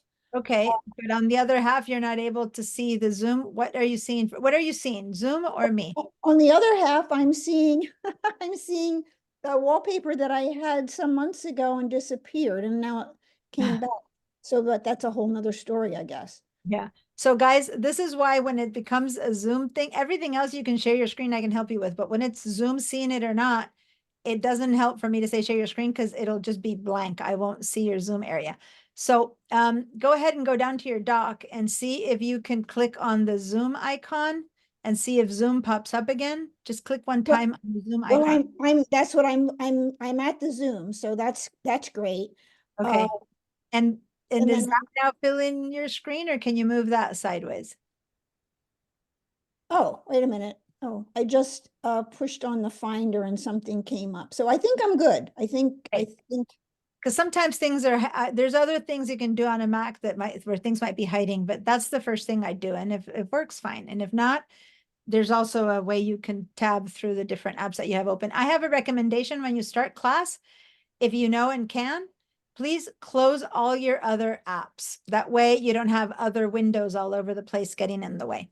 Michelle, you just asked when time does the class end? It ends in 10 minutes. So at 3:25. Okay. So, all right. So here we go. We are now able to see the photos if you want, like in contact screen. For those of you who have done photography in old timey days where we would do contacts, prints of all our negatives where you'd see all your photos in tiny, which is fine, but it doesn't really let you see the photo in big. We're gonna start as of next class. We're starting with this. And parallel to this on the phone, to explore every one of these, how to organize, how to find, how to see, how to album, how to yada, yada. There's just so much we're going to do here. But let me just say that the one thing that's obvious right now is over here, you'll have a date. And this date, if you've taken a ton of photos on one date, you might just see one date. But other than that, you'll have a span of dates. And when I kind of start going down like that, you'll see now it says January, August 2023, and I keep going down, July 2023. Keep going down. Now I'm at 2021. Remember, this is a fake. So I have different dates. I keep going down all the way to 2017 seems to be my oldest photos. So the photos, when you go to library, all photos, by default, it's every single photo you own, organized by order of when it was taken, period. Now, this is an old photo. These are my kids, and I'm going to double click for you to see it big. This is my kids, you know, this one's 21 right now, and this one's 17. Clearly, it's an old photo. So why does it say March 18th, 2024?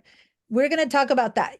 This was something that was put on, my husband put it on Facebook. I downloaded it. It lost its original metadata. The metadata is the information that's in the photo that's behind it, like not something we see, but that tells that photo what day, what camera took it, what date it was taken, what place it was taken. So when you do something like that and you upload it to social media, download it to social media, it's stripped of all its metadata. So now it's showing up because I uploaded it today as if it's a new photo. Same with this one, which is an old photo. And this is a photograph of a photograph, right?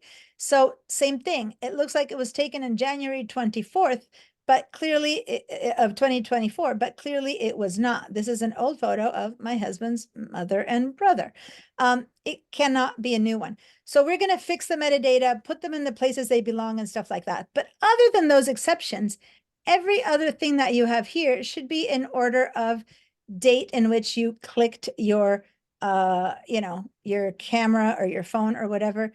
And that's it. And if you try to reorganize it, you want to put this one up there and you drag it, it won't. And this one here, it won't. It's like library and all photos will, the only thing it respects is when the date of the photo was taken. I'm going to share my phone now. And this is exactly the same thing that I'm sharing here on the phone. And if I have this turned on, library right there, and all photos right there, I should be seeing the exact same thing. Now, since I'm on my phone, I'm going to show you this from here. There's other ways to see my photos, because if you only have, you know, 600 photos, you might be able to scroll up and down. But when you have thousands, which is a lot of us, then what if you just want to see a photo of something that happened in 2022? You'd have to 2017. You'd have to scroll and scroll and scroll. So you can also go here and click on the word years. And then it's showing you one window per year, right? And then you go, oh, there's my 2017 photos. And so you can click over here and now it's showing to you by months. I got into the year. So once again, I click on years. It's showing me one window per year of which I have photos. I go say to this one and I click on 2017 and suddenly down here on its own, it switched to months. And now I'm in June 2017, July 2017, August 2017. And then I can go, oh yeah, this happened when I was on that trip. So then I click on this one and it's beginning to take me to all the days in that month. Okay. So I'm in July 2023, July 2024. If I keep clicking on it on this one photo, and this is the one I want, then it takes me solely to that photo. So that's a quick way of how to use this to find photos based on date. Now we don't all remember what date, what happened, but this is the most basic of how to find stuff based on date. You want to go all the way back to all photos. It'll take you to that photo and all the stuff then, which will be in this case, 2019, 2017. So then you're left there. You're not left at the end, right? So you have to kind of scroll your way back to the end, right? Or you, and then there you are again, you're back at the, it seems crazy at the bottom, but the bottom is the beginning. This is the newest photos you just took. Okay, so I just went and used the years, months, and dates and all photos to be able to by time search through my phone. I'm going to do that exact same thing on my computer, and then I'll stay for questions. But other than that, and you all know that I stay for questions for a long time, so this isn't the end of it, but I'm going to let people who need to leave because the class will be officially over. And those who need to leave can leave, and those who need to stay to ask questions, you're welcome to ask questions. Now, one thing I want to say, when I answer questions after class, individual questions, things that aren't working, stuff like that, but I won't teach something new that some of you will miss. So don't feel like you need to stay because I'm going to teach something that you should know. Oh, I forgot the most important thing. This class is being recorded. The good news of it being recorded is that if you want to review, repeat, you missed half an hour, you had to go to the dentist, the plumber arrived, you can watch the recording to catch up. But since I forgot to show you how to get to those recordings, I'm going to email you the link to the recording, which I won't do in the future. In the future, you need to go find them in the handouts, but I didn't show you that part. So can one of you guys who knows how to email me quickly remind me, please send us the link to the iLife class, and be specific because I'm teaching so many classes. There you go, Catherine, you're going to do it. And as soon as it's up, which will be probably tonight or tomorrow morning, it's ready to go. I'll send you guys the link to the recording just so that you have it. And next week, next Thursday, I'll show you the rest of where the handouts and all that kind of stuff is. All right. Just wanted to show you this. If you're in library mode and in all photos, you're seeing the same stuff. And then just like before, if you want to go and see things by years, you click on that. And here we go. We're seeing every year. And then you go to months and you see them by months. Then you go back to days and it basically goes back into the individual days. And then at that point, if you want to say every single thing, you hit all photos and it puts you in, that's it. That's the photo. So these are photos from 2011, 2017, whenever it is that I have them. Okay. So this is what I showed you on the phone. I'm showing it to you now on the computer, basically almost exactly the same thing. All right. If this is not working for you, it didn't, you know, you can't see it, you're give me a no or raise your hands. I see Jackie has a question, but as of now, I'm not going to teach anything new. So if you need to go, please go. And if not, hang in there because there's a lot coming. When people ask questions, they might be your question. And if you have the time, hang in there and you might have your question answered too, just because someone else asked it. Great meeting a lot of you. I'll see you, those of you who leave right now, I'll see you on Thursday, everyone at 12. Okay, no more staggered entries, ready to go, raring to go. And if you have questions come up, write them down. People tend to say, I had a question, but I forgot, write it down. And then next week, you can, next Thursday. Many times I say next week. I have classes that are weekly. And so when I say next week, I always mean next class. If I say last week, I always mean last class. It's just, it's a slip of my tongue. It's always next time I see you. All right. Jackie, yes, what's your question? Okay, I thought my situation, I mean, I understand everything that you did, so it's not about that. And I thought my situation was fixed with this split screen, but I'm looking at your, you know, your husband's lovely ceramics. So I'm looking at the Zoom. When I go to Finder and try to open my photo, yeah, problem, it comes up, but then you disappear. And so I can't, Oh, does your photos up when it comes up? Does it fill your screen? Your well, it photos can, but up? I can make it smaller, but still I've got this, other empty space with just the So screensaver behind. It's like like your Zoom kind of minimizes itself. Do you even see a tiny little box or nothing? Because it It's might not, be that it it's not, minimizes. it's nothing. When I click on photos, my Your photos come up. Let's do this. Oh, wait a minute, never mind. It worked this time, and I have no idea why. All right. These things tend to come and go. If we come up on this again, when you share your screen, I will only see your photos up. You will have to point the area to where you see it, and then I can maybe able to help you because the Zoom will be transparent, but then I can help you. But if now you're seeing both, then yay, you solved your own problem. Best way to solve it.